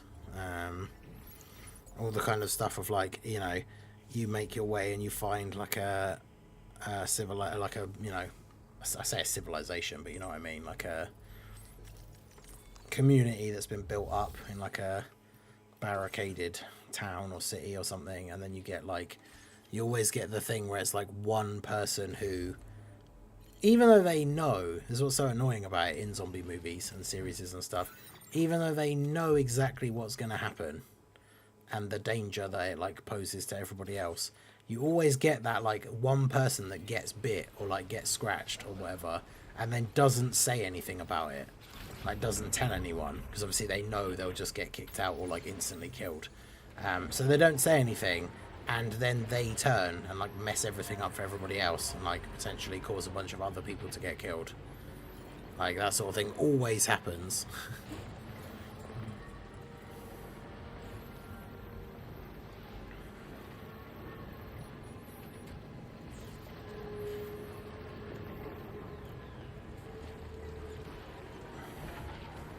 Right, is that another generator up there?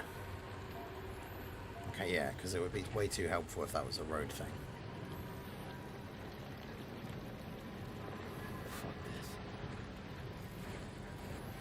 Okay.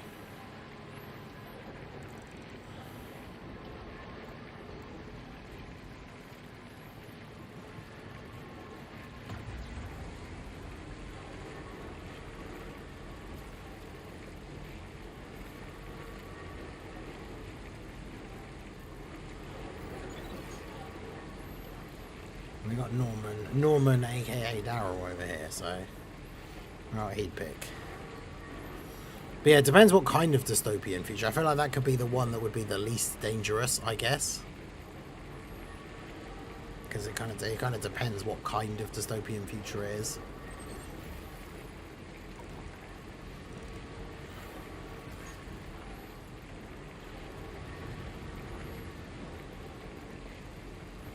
Right, so we can go out and accept our next like big mission from here.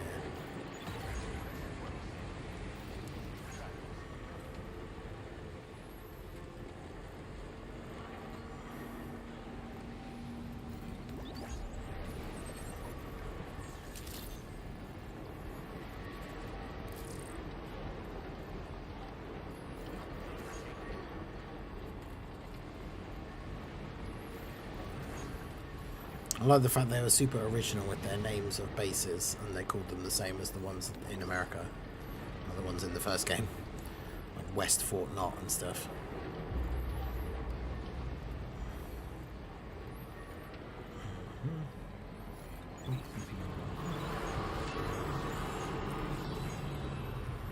Okay.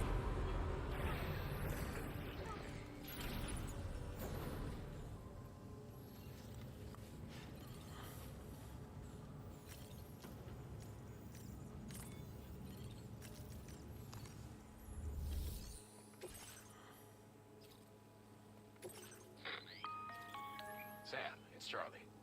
I'm pleased to inform you that you can now use the map on your ring terminal to check the weather forecast. We Okay. utilize information provided by Rainey. Take them into consideration.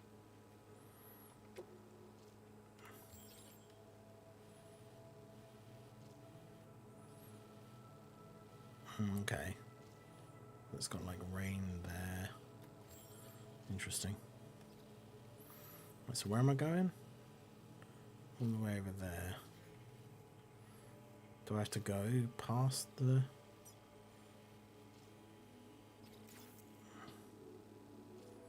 animal sanctuary? It looks like it.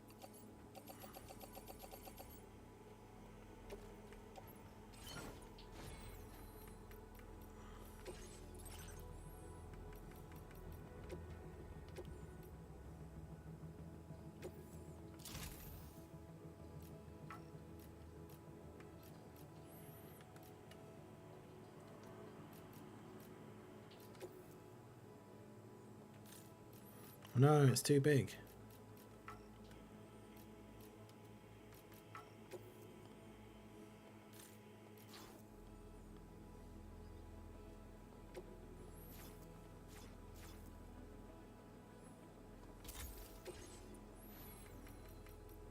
Oh well. Order accepted. Thank you.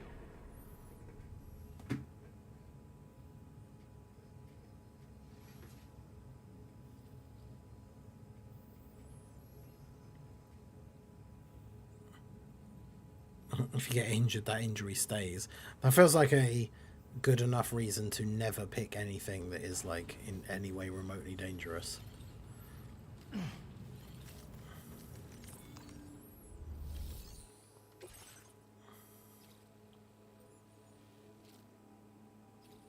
I've got to recover stuff from over there and then take it to over there, which...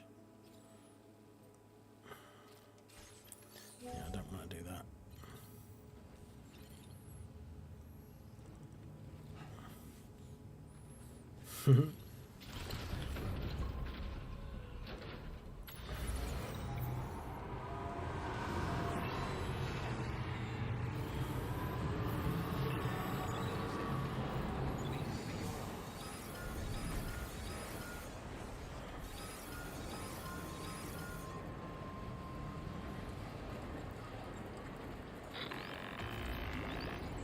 Sam, Tarman here. A short while ago, the tar currents became incredibly unstable. It's gotten so bad that the DHV Magellan can't travel safely. We're still looking into what might have caused this, and we'll be in touch the second we know more. Well, that's not very helpful for me, is it?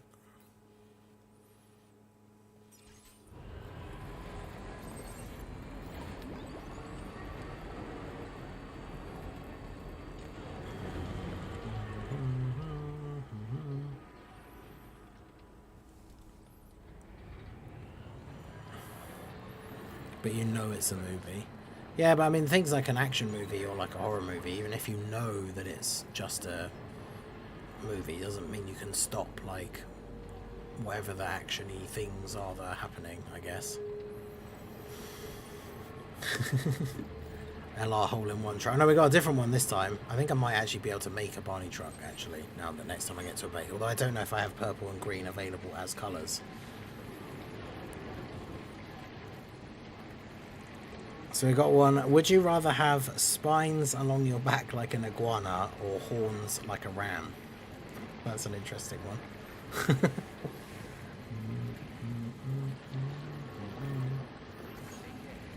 I feel like... I'm trying to think. I feel like the head ones would be less irritating or less awkward. Because, like, I don't really know a lot about iguana back spines, to be fair, in terms of like how they move and exactly, because I imagine that would make laying or sitting on certain things really awkward, potentially. Horns would only be awkward for things like hats and headphones, I guess.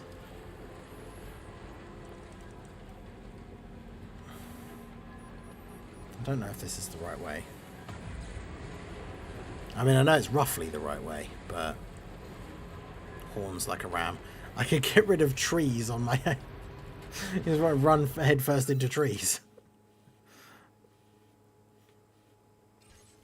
I like that that's your go-to thought for if you had horns. It's going to run into trees.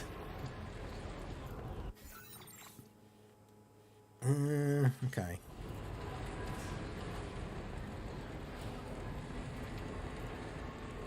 What is that over there?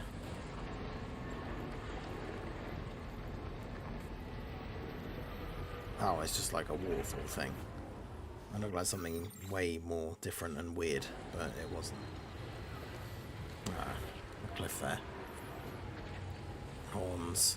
I mean, it'd be on your head, I guess, right? Like ram's horns would be, like either side of your head, I guess.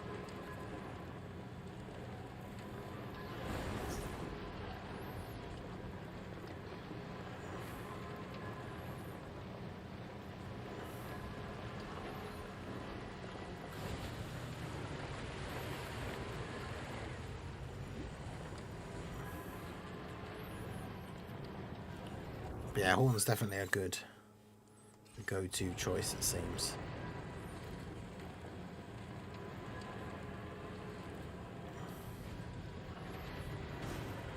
Oh, Tyler, you're getting left behind on these. We need your signature, another one of your signature brand. Bizarre.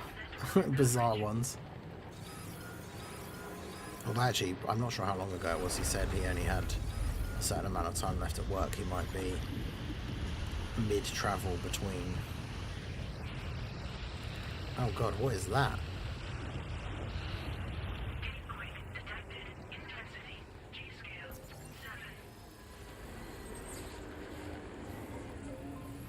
Well, that's one of the highest ones I've seen so far. The last one was a 6. And that was a 7.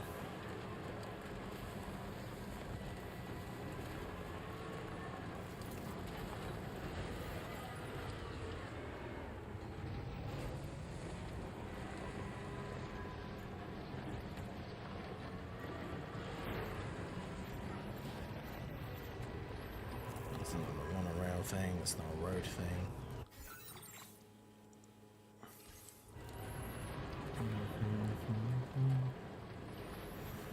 Would you rather listen to the same 10 songs all your life, or listen to any music but have to watch the same 5 movies? Kangaroo. How do I catch the kangaroo?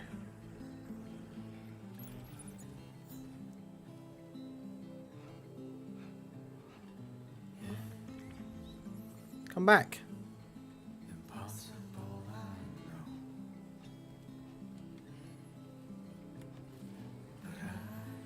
Come here.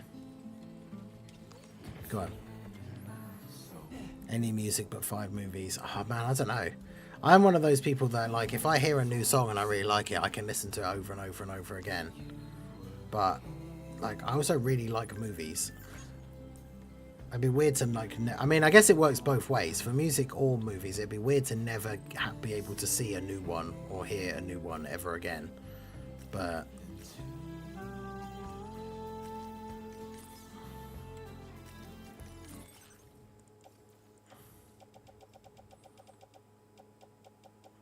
Plus, then it would also be really difficult to decide which, like, songs or movies you could only watch or listen to again.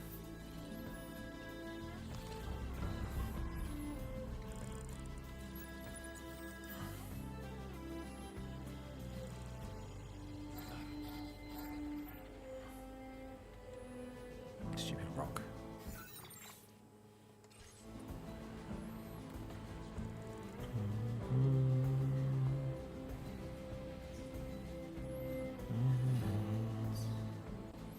Very much looks like the bit we're at the end of the first game.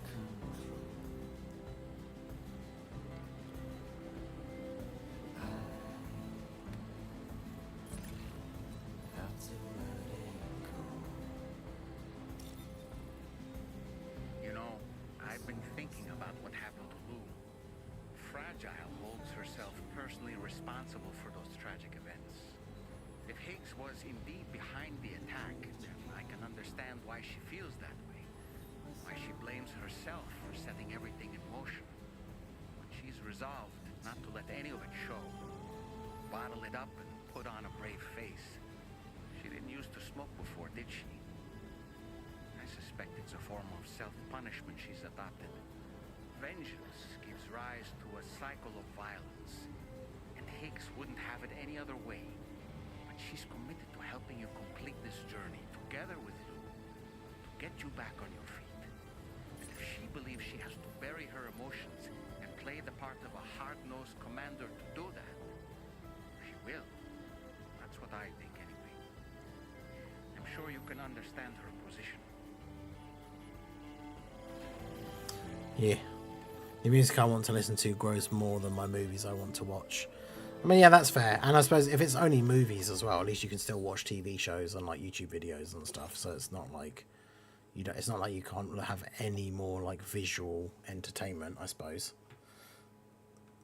Oh god, these need loads now. I don't think I'm even carrying enough.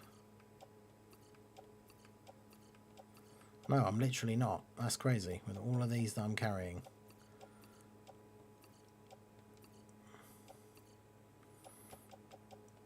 Dude, that's wild.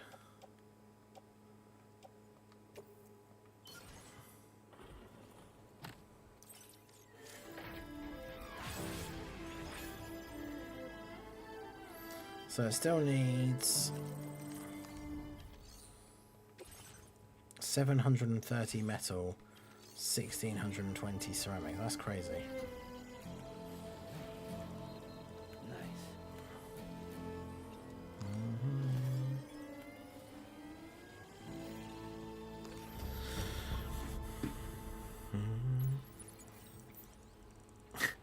Would you rather every time you think, would you rather every time you think you speak or have control, but the voice in your head is the voice of Gordon Ramsay speaking to you? Wait, what?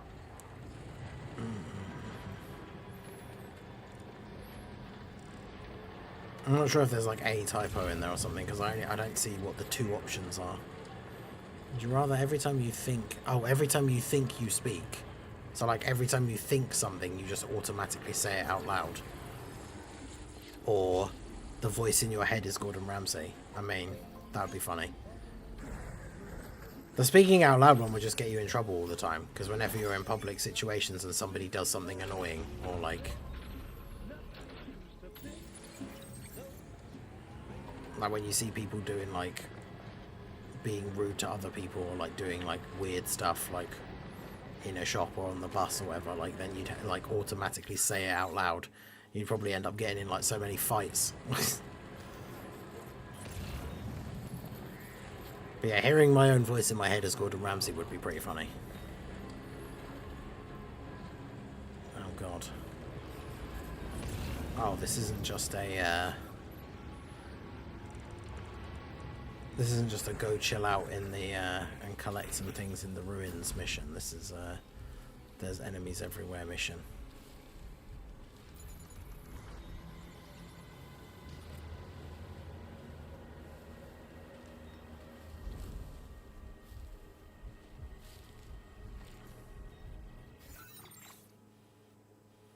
Oh wait, no, it's not. I didn't actually have to stop here.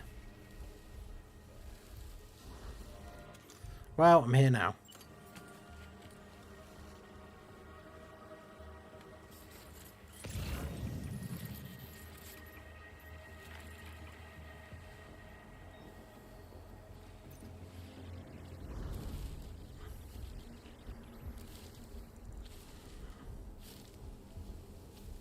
No, they're going after my truck.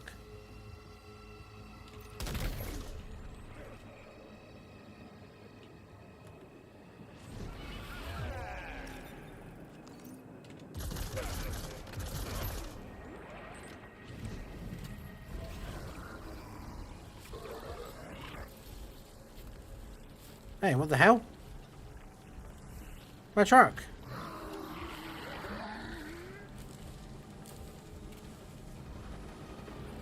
What?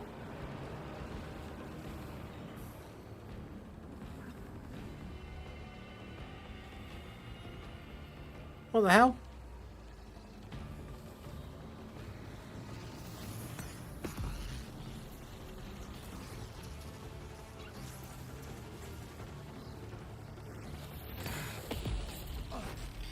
What kind of BS is that? It's not even raining. It's not even a BT situation. And then the truck just disappeared. Got dragged into the tar.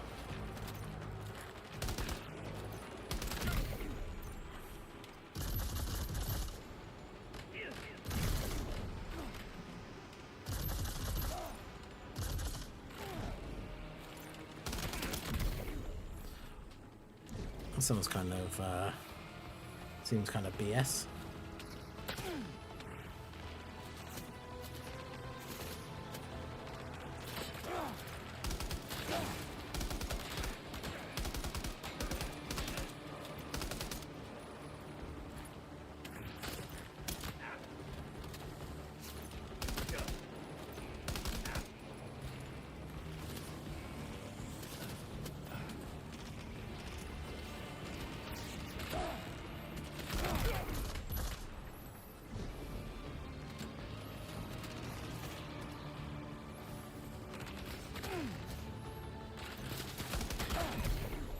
Fortunately, there is a truck here that I can steal.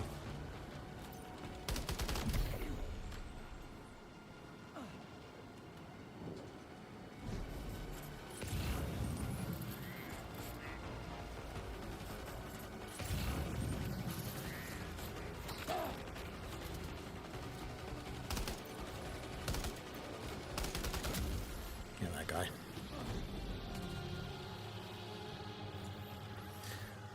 That'd be even better though. Hearing Gordon Ramsay narrate my life.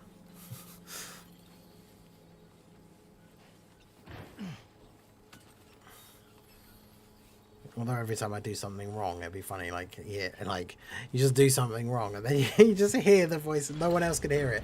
You just hear the voice of Gordon Ramsay. Like, look at this fucking donut. Like when you do something wrong, so you already feel bad about it, and then you hear Gordon Ramsay's voice like chastising you. That'd be hilarious. Okay. Would you rather play the best 1-star game for the rest of your life or the worst 5-star game? I mean, that's an interesting question, because then it's like, who determines... Because there's like 2 layers to that. It's like 5 stars from who? And then who decided it was the worst one?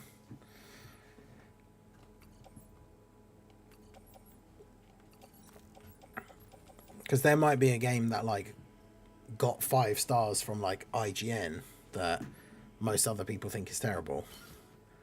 But there also might be like a game that people genuinely consider is a bad game that got rated 5 stars, but you like it.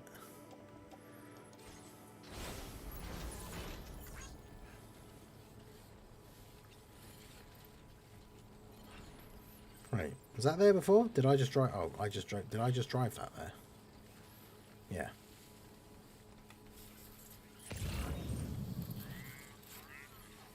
Okay.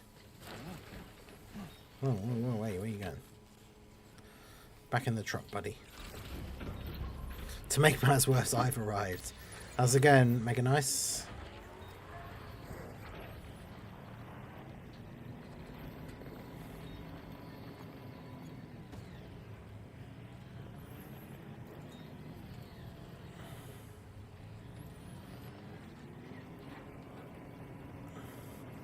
Because that's the thing, I can't think of any examples off the top of my head of ones that exist, but like, is that my truck come back and it's now just there, or because where did that come from?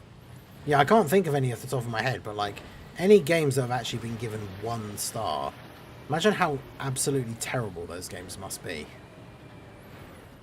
Because even games that some people don't like, and like games that I wouldn't necessarily like because I consider them to be like mainstream garbage, have gotten decent reviews from places. So what would a 1-star game actually be? Like, surely it'd just be awful. It'd be so like buggy and like basically unplayable, surely.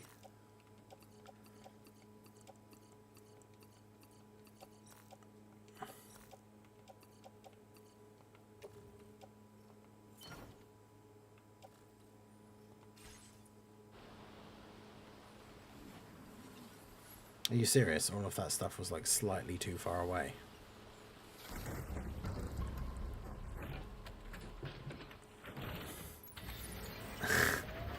Tala, I feel like this is another one of these not very well thought out, like not very well balanced decisions. Would you rather have an army of cyborg polar bears at your disposal, or be able to always know when your pinky toes are facing north?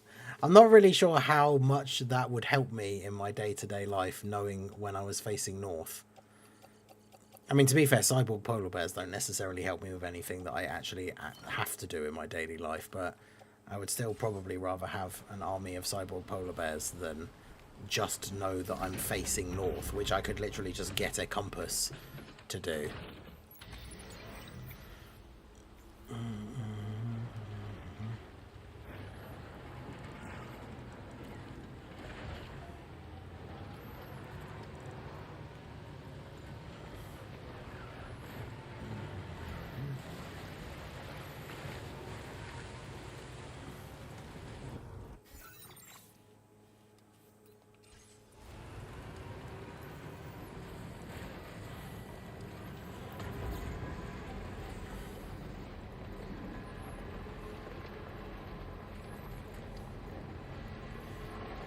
He's off his meds. It's in a practical sense, so why would you want the polar bear army? I mean, why not?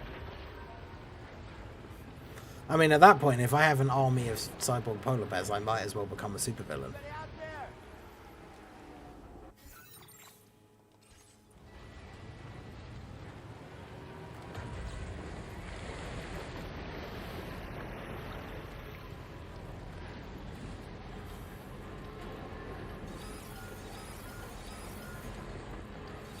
Yeah, I don't like the fact that all these ones over this side are suddenly, like, requiring masses of resources that I don't have. The first few were all fairly straightforwards.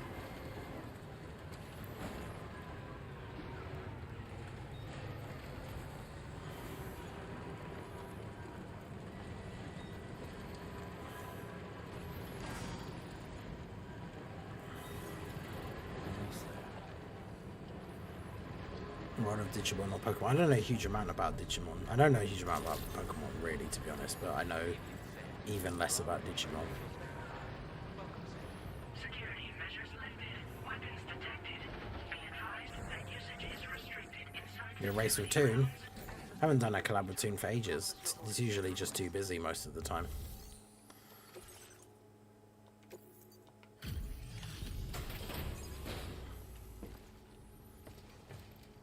Because now he's doing all his legend stuff. And I know he still has a job as well. So he's busy most of the time. Wait a minute. Now let's get this car. Hey! Oh, what? 5% or less damage and it's got 6%, really?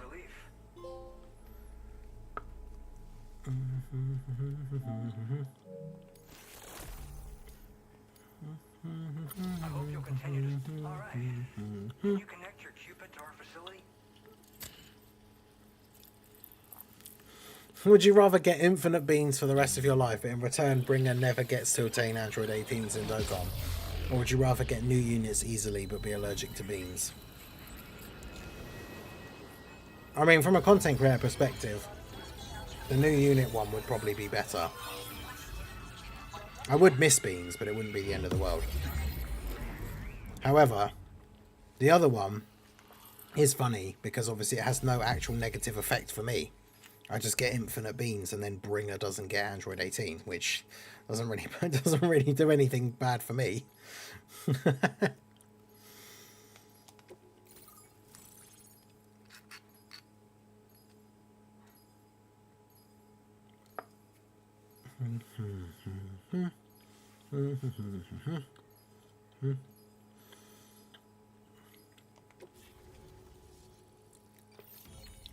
I mean, yeah, Bringer has to pick the new unit one, otherwise he's just dooming himself.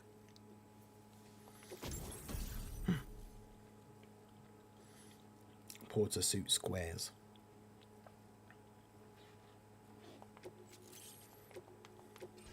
Now displaying your current order grade.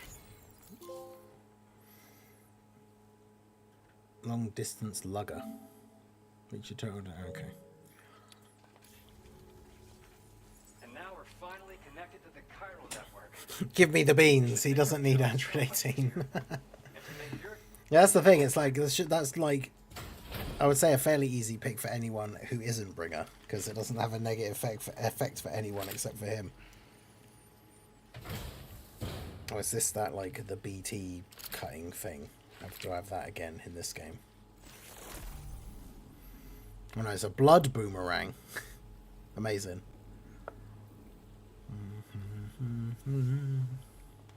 Introducing the blood boomerang. Throw it properly and it'll come right back to your hand. It's a reusable weapon in that regard. Folds up nicely too, so it's quite easy to carry. Good luck playing with your new units or eating your infinite beans when I turned all your hands to tangerines. With the aid of your network, we should also be able to develop stronger measures to defend against belligerents, which we need. This is yeah, all right. Brigands. Like we can sit back and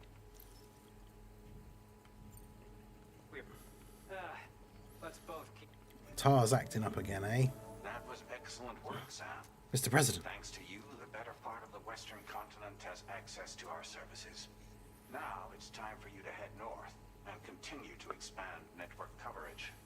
It is imperative that you connect all of Australia, stabilizing the environment and eliminating the remaining anomalies. There will be challenges, of course, but I know you have what it takes to overcome them. I do. Expect more great things from you, in short. Sam, this is Tom here. We believe that we finally determined the location of whatever's thrown the tar currents into chaos. Oh God, what is The it now? chiralium levels there are pretty high though, and BTs are almost certainly be present as well. Of course. I hate to ask, but would you mind taking a look for us? It's close to your current position. I've sent you the code. Of course it is. We're counting on you, Sam.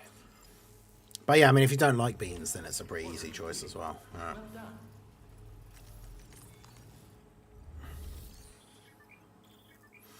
Interesting animals in carriers.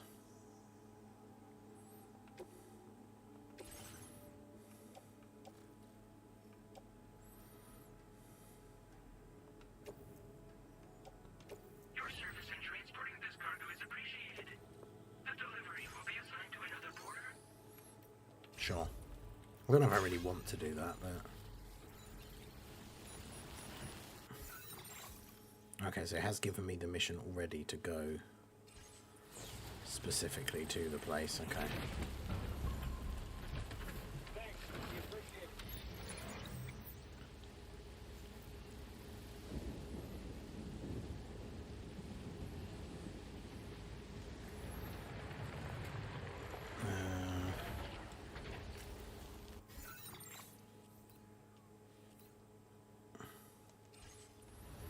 Can't tell which direction I'm facing on the map because there's too much stuff on the map. Disengaging weapons restrictions.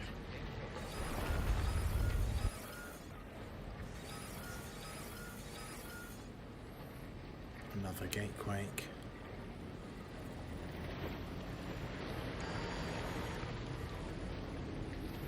Oh no.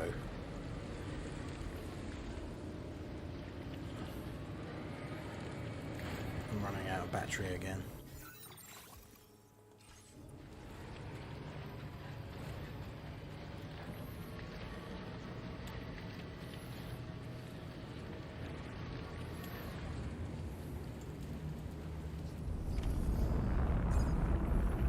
Oh. So I need to be able to build more roads.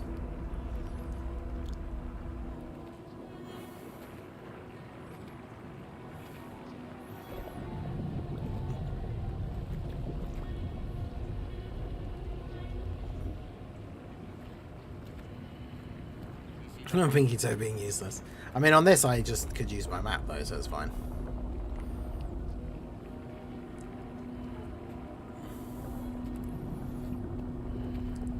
Did life in the Jurassic period be brought to the current day, or rather the current day brought into the Jurassic period? It's a tard me.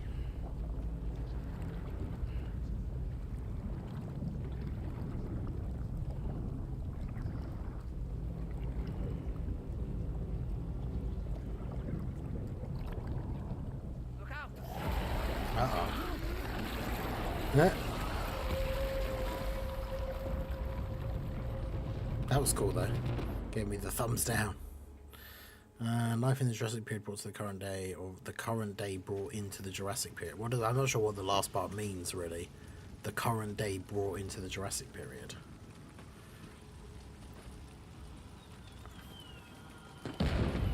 Oh, it's this. Okay.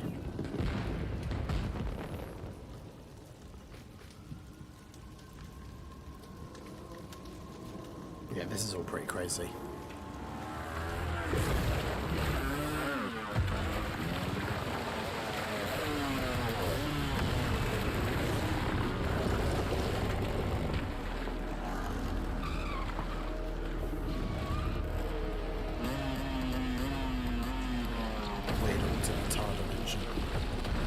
Do you want Jurassic Park here, or do you want to go to Jurassic Park?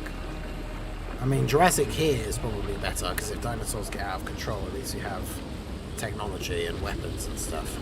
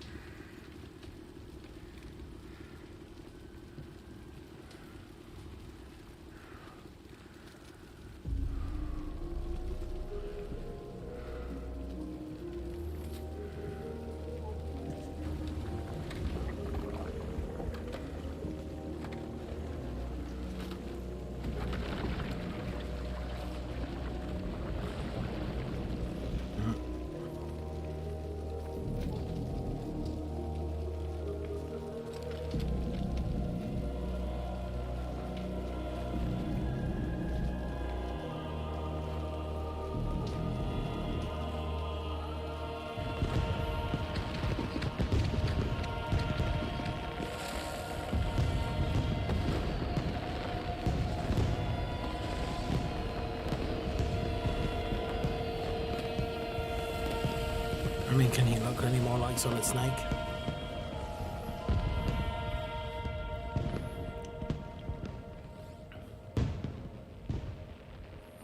Conflagration.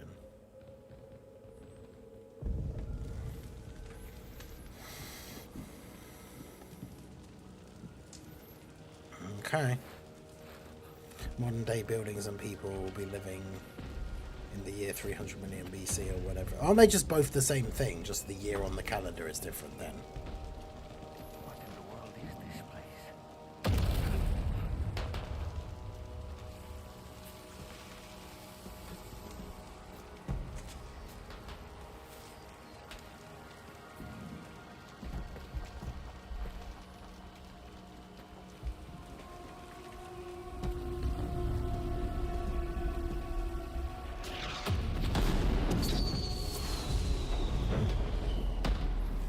This is all pretty crazy.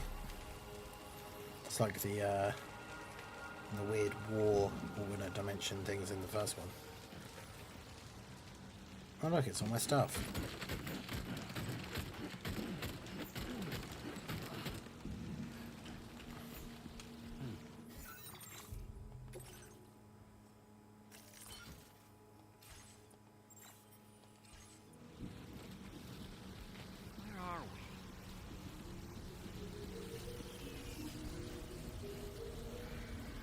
Spirits of the dead are close.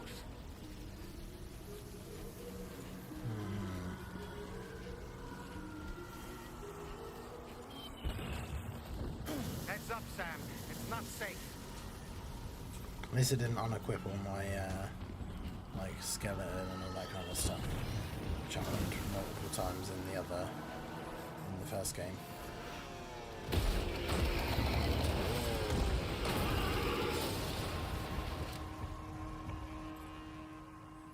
They're not human. Don't underestimate them.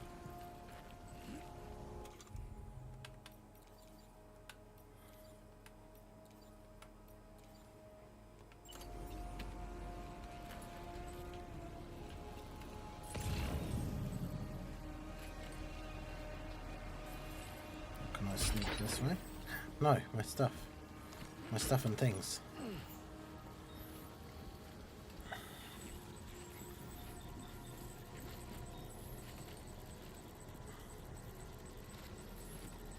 Would you rather be in a constant loop of Million Arena or a constant loop of FOB? Once you finish, you start again. Can't change the team. I mean, they're both terrible, but I think I probably honestly would rather play Festival than Million Arena.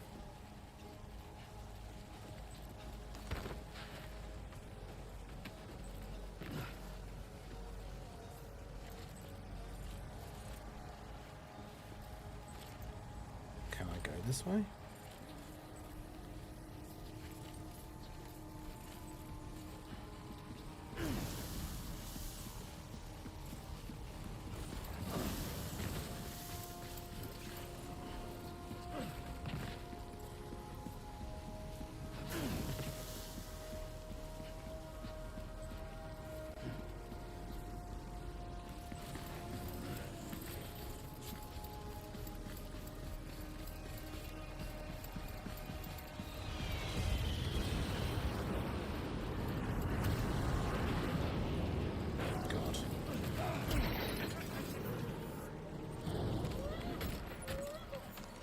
Giant metal thing came flying at me and knocked me over.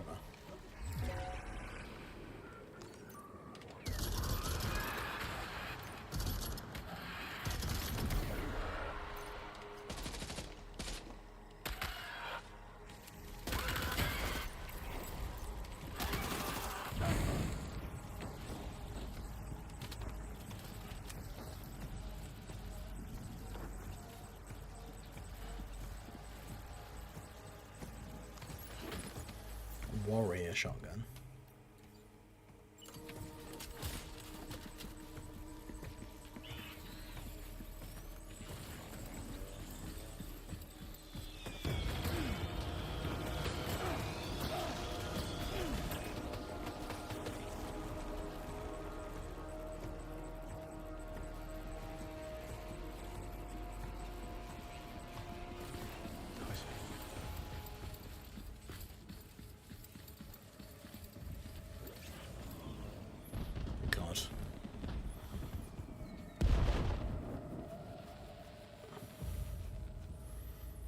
At least Festival you can constantly throw and get your login things to immediately go back into Festival. Well, isn't it like if you're stuck in the event, you can actually never go back to the title screen or anything?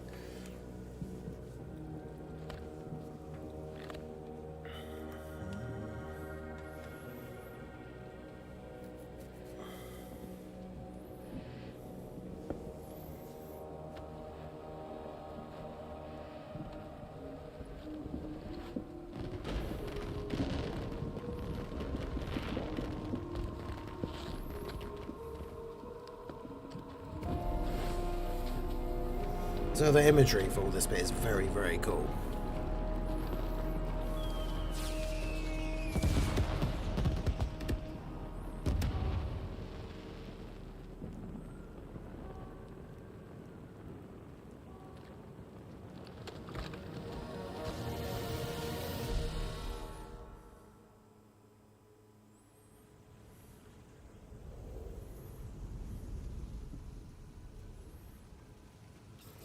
Are they trying to lay a trap for us?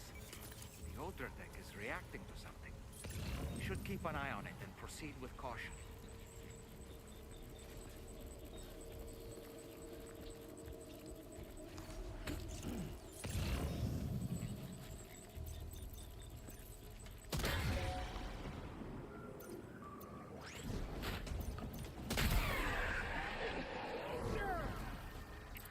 There's too many.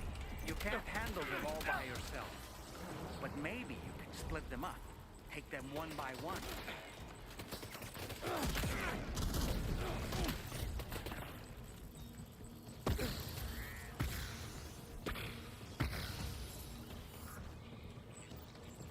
He's escaped, Sam.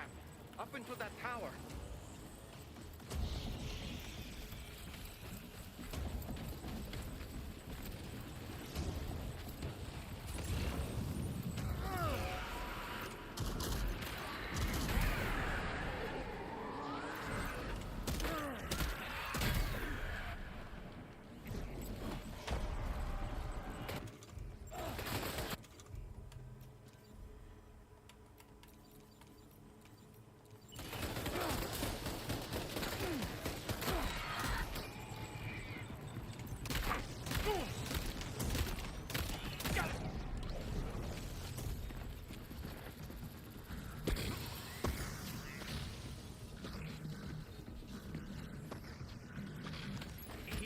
quick. Must have gone up to the roof.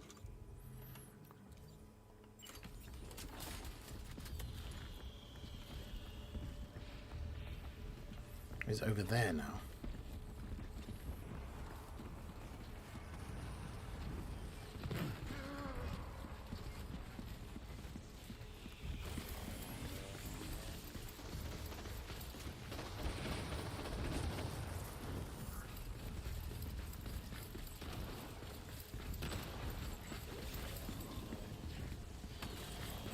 Oh shit.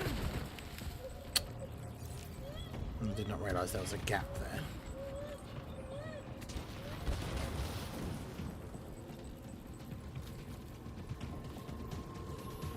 Oh, stairs over there.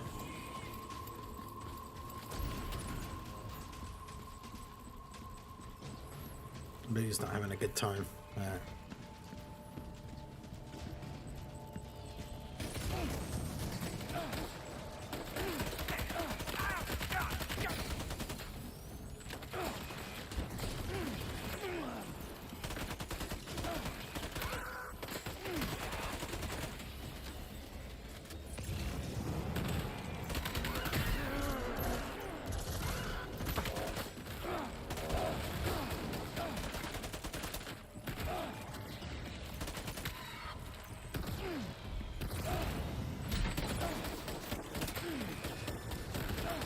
Shit.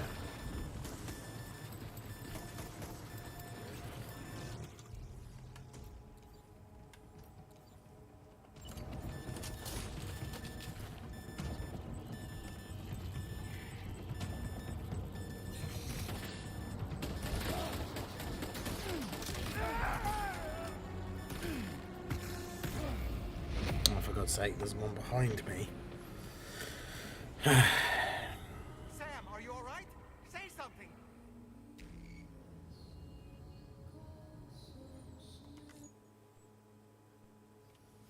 I like both of those things, just terrible though.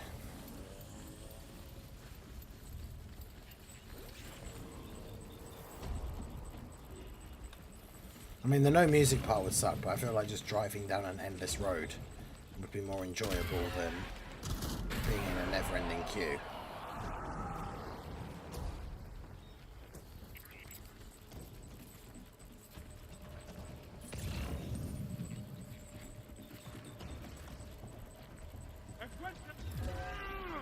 There's too many. You can't handle them all by yourself. But maybe you can split them up. Take them one by one.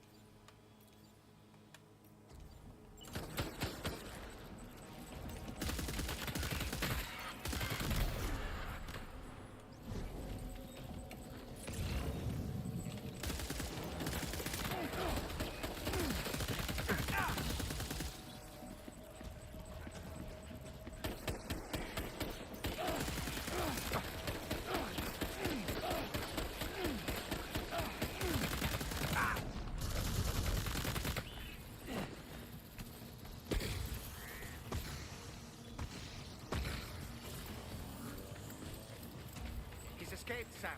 Up into that tower.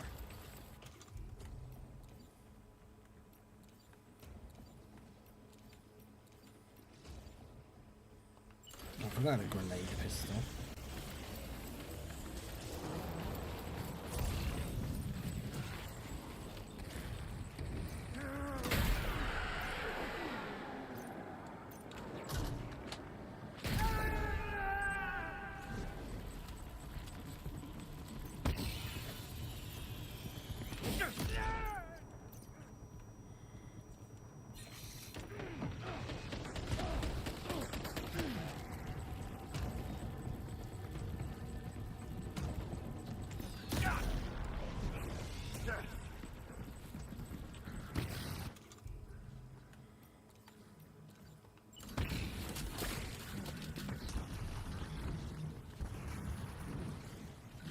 Too quick. Must have gone up to the roof.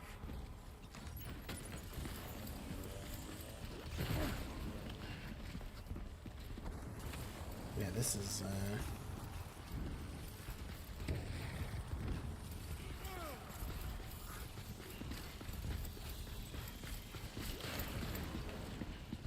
can I actually like jump across?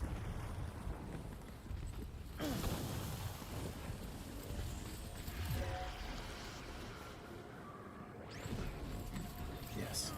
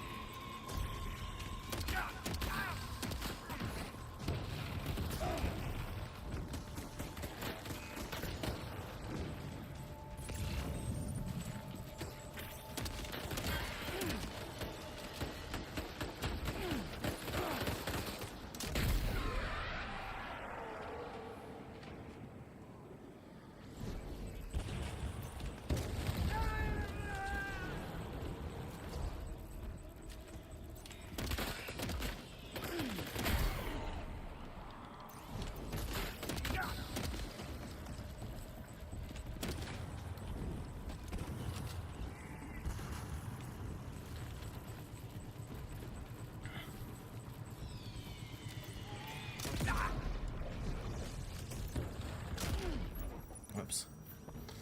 Well, that was silly.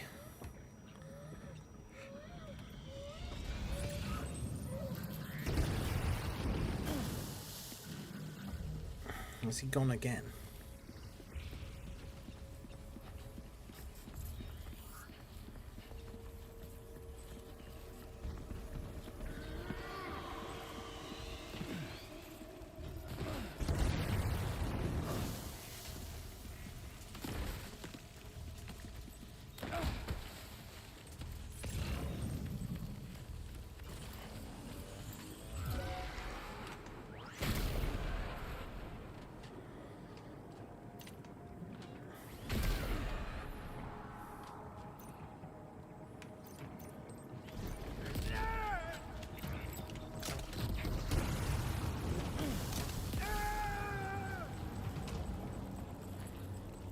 Now it's out of that.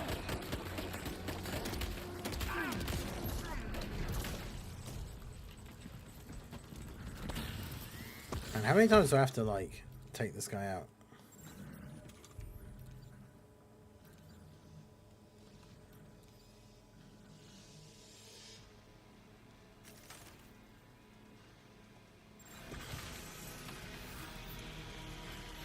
I'm actually out of unused floodlights now.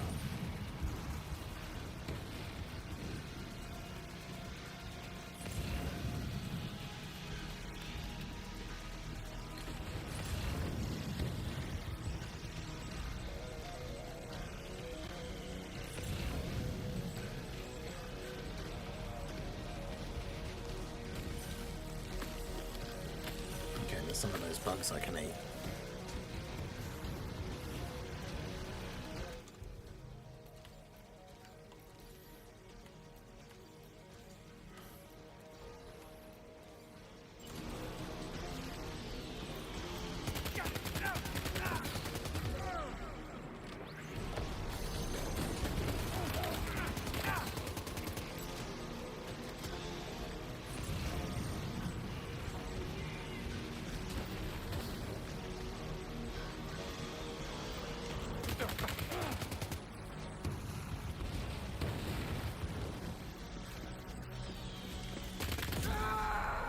There we go.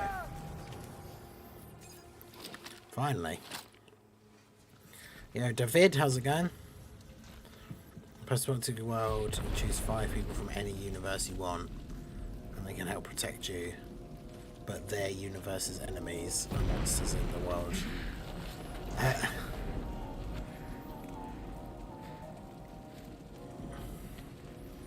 I mean, surely, like, the number one pick, if you've seen it, or, like, the number one thing that comes to mind, is you pick Dr. Manhattan from The Watchmen.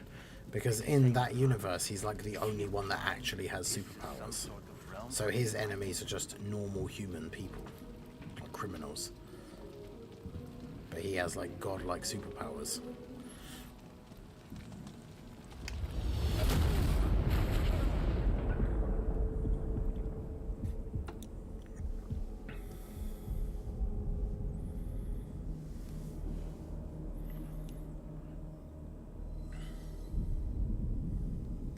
You're right.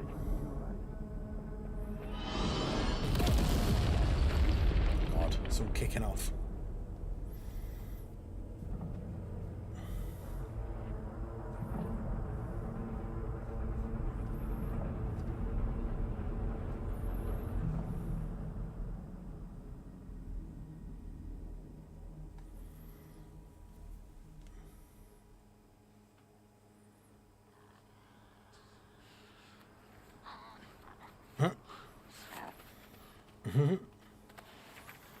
No critter trying to nibble on me.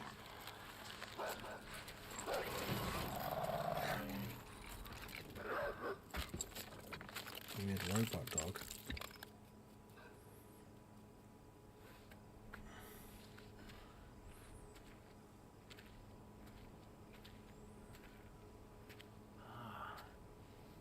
It's her, isn't it? The girl from before? I have no idea what just happened, but we should probably take her back to the DHV Magellan. Interesting.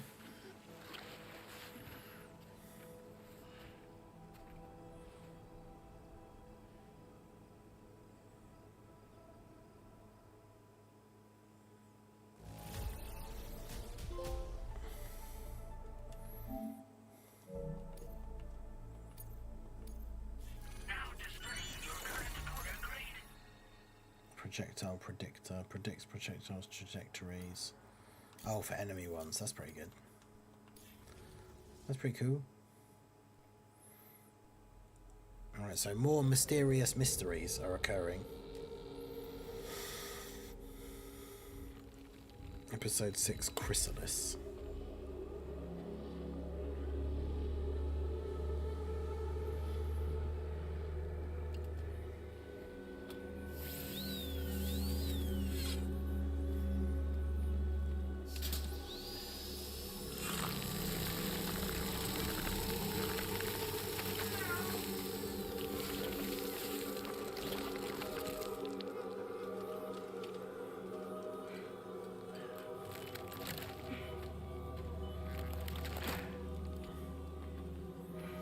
Well, that's certainly interesting.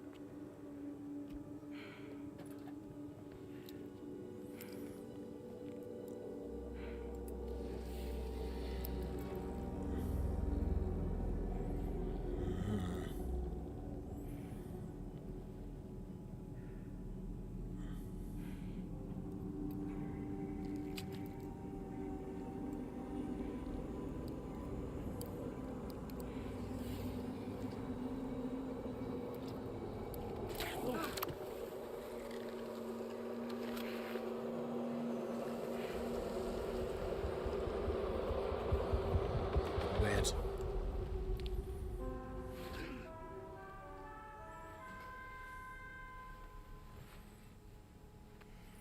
Ah. How's it going, Sam? You look better already. Well, that's interesting. While you were recovering, we managed to learn a few things about our mystery girl. When you feel up to it, come to the room next door. Don't push yourself. Take your time.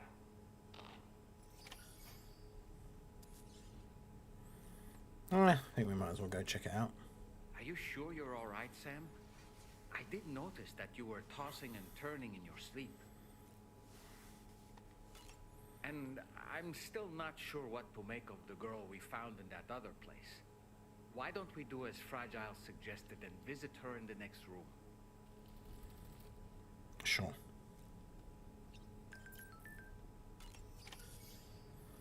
Go to next room. Yeah, I mean, that's not a bad choice, right? Just pick something that is like human, like Sam and Dean. Obviously, they fight supernatural creatures, but then they manage it being normal humans, and then with 3 other like superhuman, like normal humans that are insanely skilled, with the Winchesters telling them what they need to do, like weapon-wise. There are those who connect with the beach during REM sleep, allowing a tremendous amount of chiralium to flow into their bodies.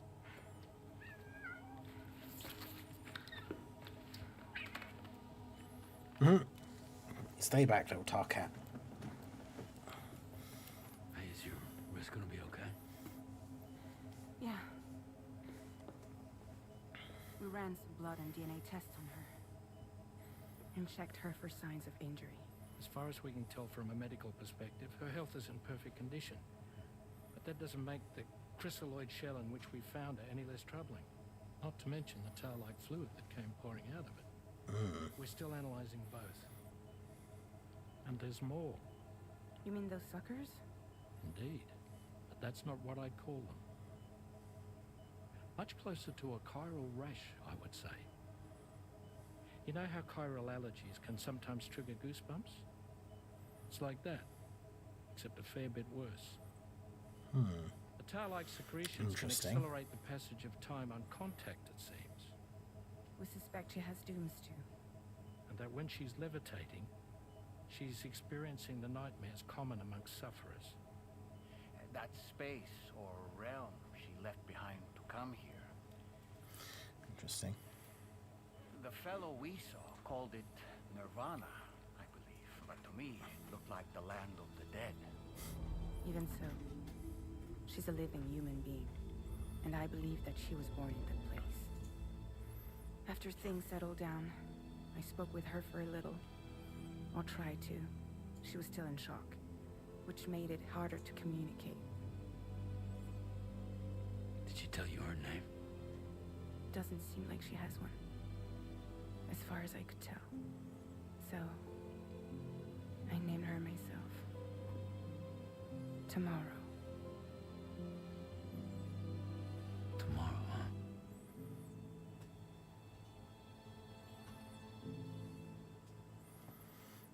Should wake up later and be like, actually my name's Jane. But thanks. That's way more interesting. It's Charlie.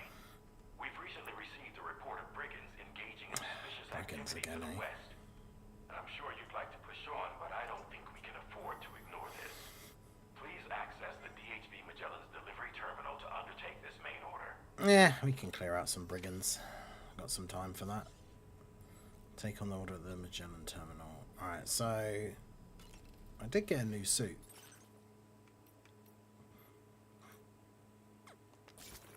Looks like the urban one.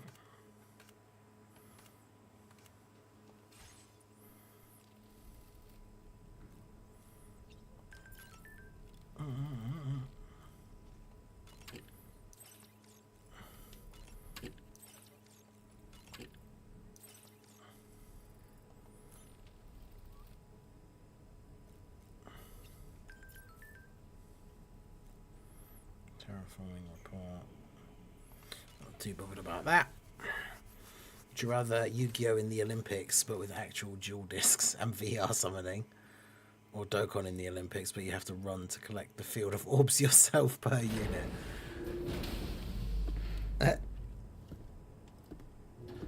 I mean, at least you could make a better decision than the game does sometimes about which path of orbs that you want to pick up. Sam, we've received an urgent brigands to the west of the facility have got their hands on a large stockpile. This happened. The surrounding area was littered with them. The brigands wasted no time gathering up. This included weapons, and now we've begun observing new brigand units in the field. Reinforced armor. As their unique appearance suggests, their melee and electrical attacks are. These units have, and they're certain. Melee and electrical attacks are no good against them. You need to not use melee. It's like, okay, I never use melee. Directly assaulting the brigands using firearms risks triggering these devices. And we cannot predict how that would affect the region. Any sort of catastrophic explosion. It is therefore critical that you avoid combat, and I implore you to. Man, avoid combat.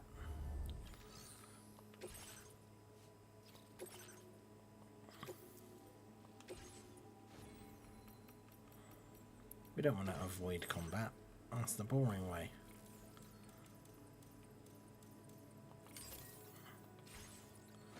But I suppose it makes sense.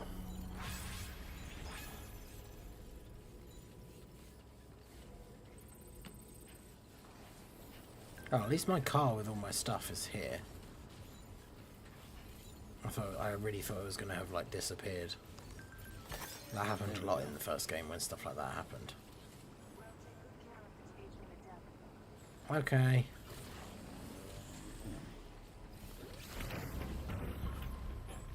I wonder if they have, they must have some resources in this base that I can take, right?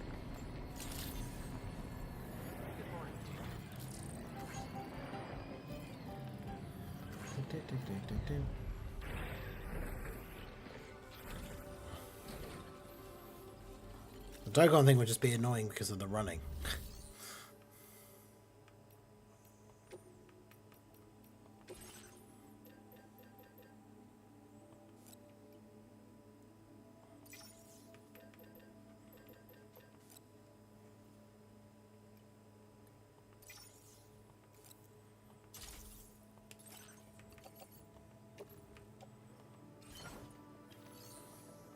Okay.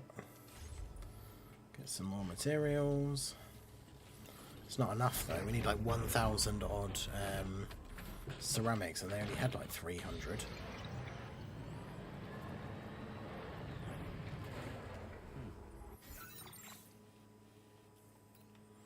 Oh, it's that place. It's the place I literally went through on the way here.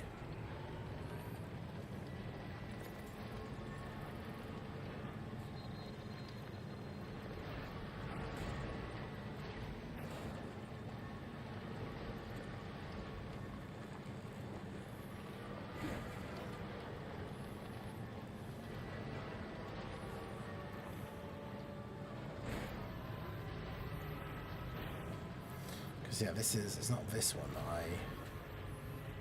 Oh, is it? Oh, is that just saying how much it has left? Okay. I might actually be able to do this one. The Dokkan event is Festival of Boughs. I mean, yeah, that would just kill you.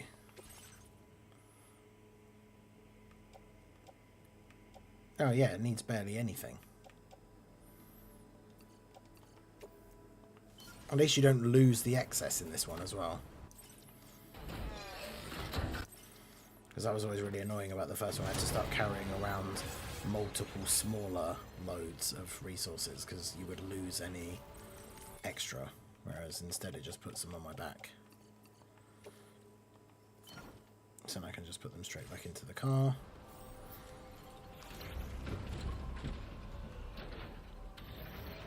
So we've got a bit more road that at least goes back to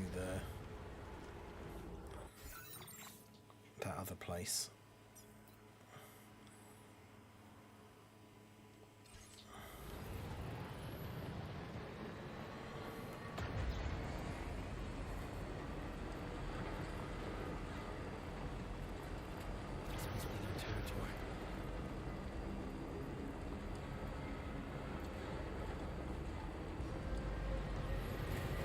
Oh man. Oof. I was lucky. Yeah, I need to build that road bit on the other side. That's annoying. There's a generator there. I need to get there with the very small amount of charge that I have left.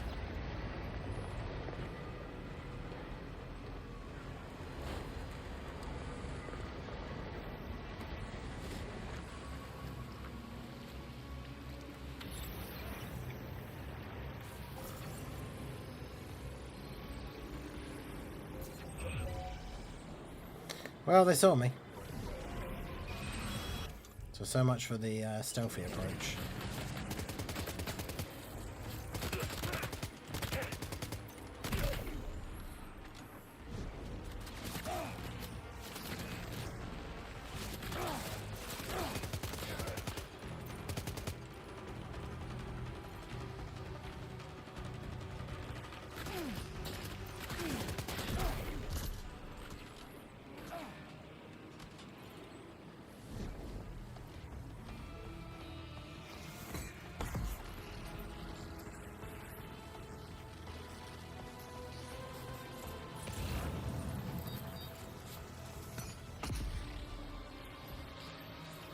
At this exact moment, it kind of feels like it doesn't really matter that I wasn't particularly stealthy.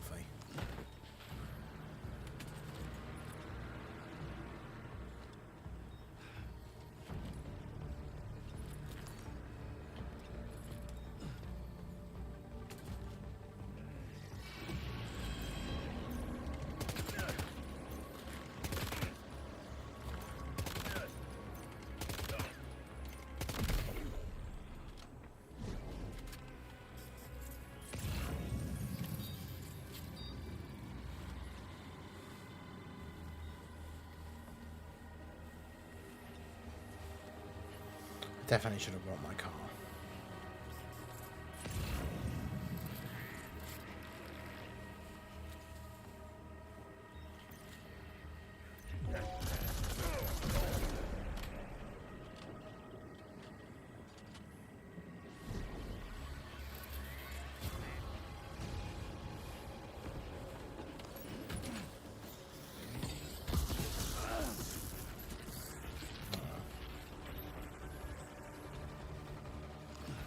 Where even is that guy?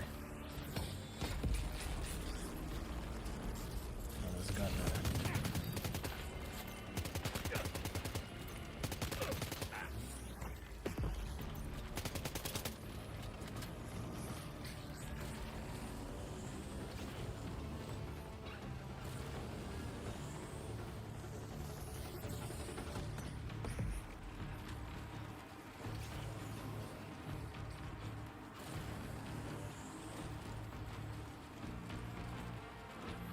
Oh, ceramics. I want those.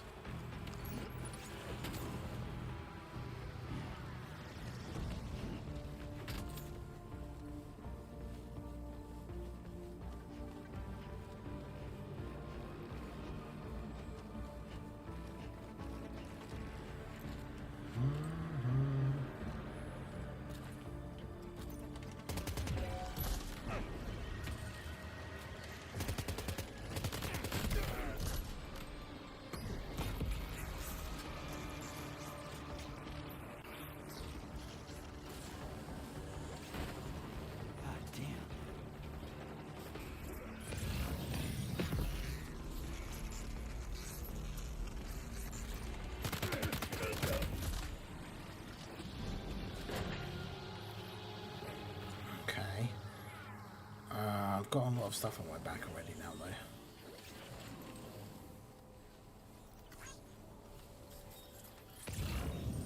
I can't, like, call my truck to me, either. It's not like my trusty horse in Red Dead.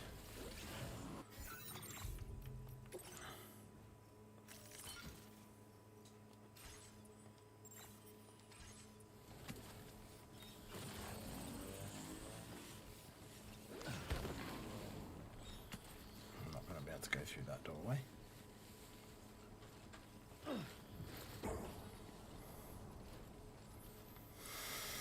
Yeah, I'm just gonna have to go get my car, annoyingly, because the stuff is all in a really awkward spot for me to actually try and get.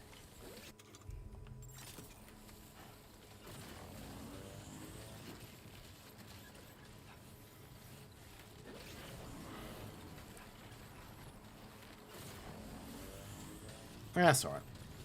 We can make it. Would you rather be able to turn any food or anything you touch into strawberries, or eat your worst 5 fruits, vegetables? Wait, what? Or eat your...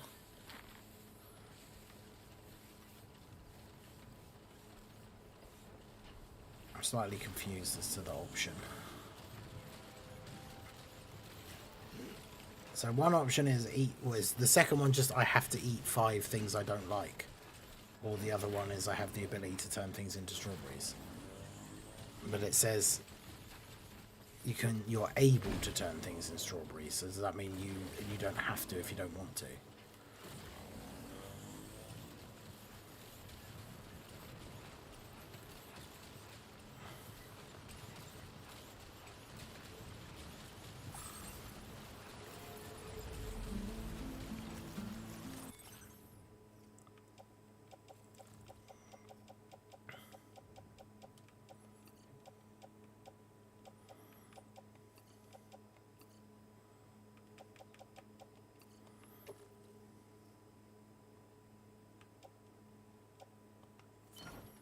I don't like the fact there's a second car there, trying to confuse my loading options.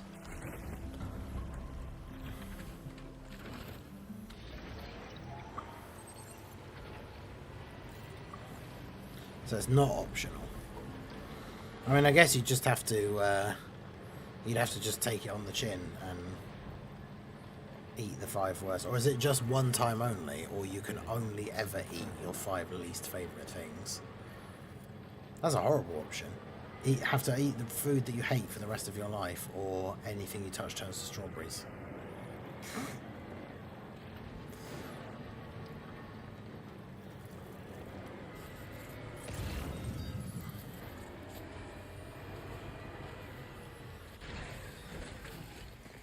Yeah, forever. Oh, God. Well, I mean, they're both pretty terrible.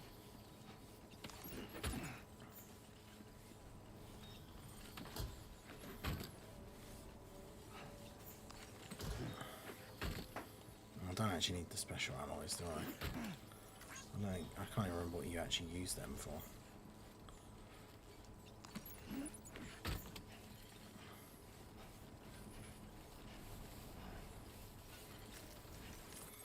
But either way, I can just pick them all up and then chuck them on here, so it's all good.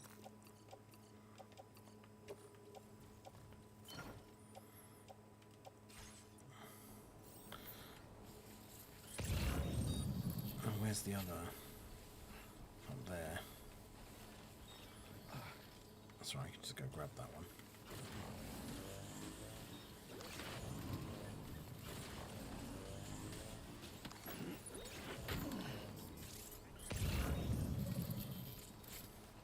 Where's the other one? There's only 3 I have to pick up.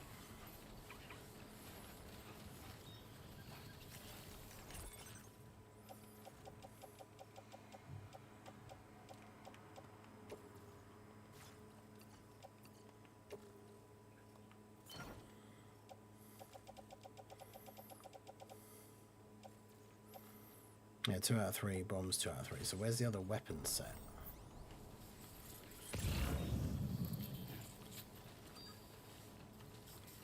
Here.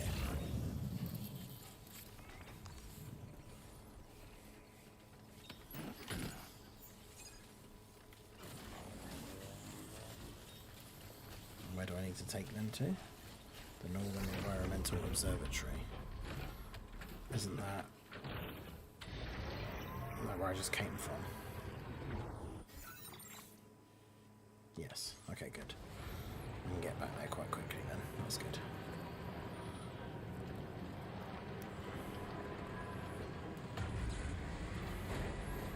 See if I can make this thing here. This isn't. Depends whether this is the first one I came across or not. Earlier, because if it was, that means it's almost actually fully built already.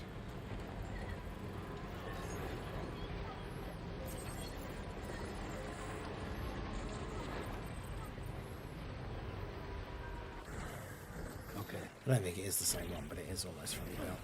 Yeah, I came across that random one that needed like so much of everything, and this one barely needs anything.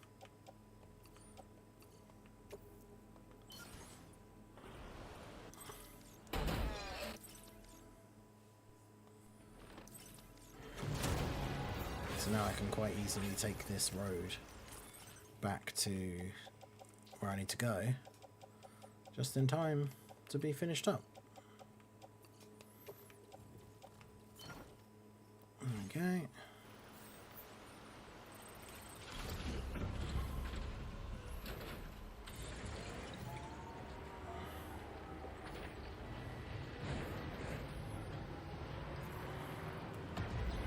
Perfect. I picked strawberries just because I love them. But then, yeah, but you could literally never touch anything ever again. Like, you can never play Dokkan because if you touch your phone, it turns to strawberries. You can never play any other game because as soon as you touch the controller, it turns to strawberries.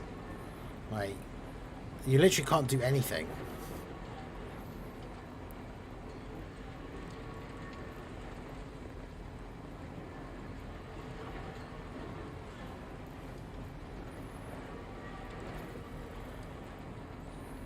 It's like the Midas, like, touch curse thing. Well, that'd be awful.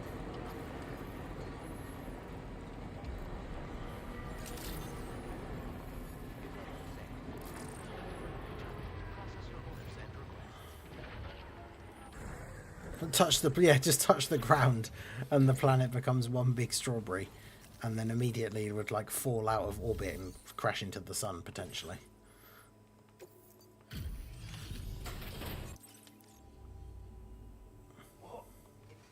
Let me get started. Because yeah, even that would which would happen if you like accidentally fell over. So you'd have to like, not only would you have to live as a complete recluse, you'd have to like just make sure you're never touching pretty much anything. Guideposts, structure that automatically illuminates at night. Allowing them to be used as landmarks. Doesn't feel like something I'll bother to use. New bridge type available. I like to build roads, I haven't built any bridges.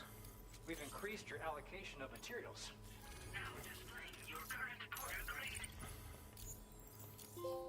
I've got more materials for me to take though. The guidepost data we just shared with, and when you do but also for Yeah, I don't care about making those. Call it a little insight. It included these jammers. In addition, you also recovered some needless to say, both these items. In other words, but what I'd like to know is why this tech wound up in their hands in the first place. Well, it's almost like those brigands knew in advance that the tar was hiding. I'm sure Higgs is behind it somehow. Excellent. You'll be happy to hear that tomorrow's regain once you're back on board the DHV Magellan. Yeah, well, we'll be doing that next time. Well done. Alright, so there we go. Let's give that a save. Another successful session of delivering, doing random things. Some very interesting and confusing what if scenarios, or would you rather scenarios. So I appreciate you guys all coming out. I hope you guys enjoyed it. Make sure you hit that like button, subscribe to the channel if you are new. The AI Kid Boo video is going up on the main channel now, so do go check that out and let me know what you think. But yeah, that's going to be it from me. Appreciate you all being here. Like, subscribe, all that good stuff, and I will see you all next time. Peace out.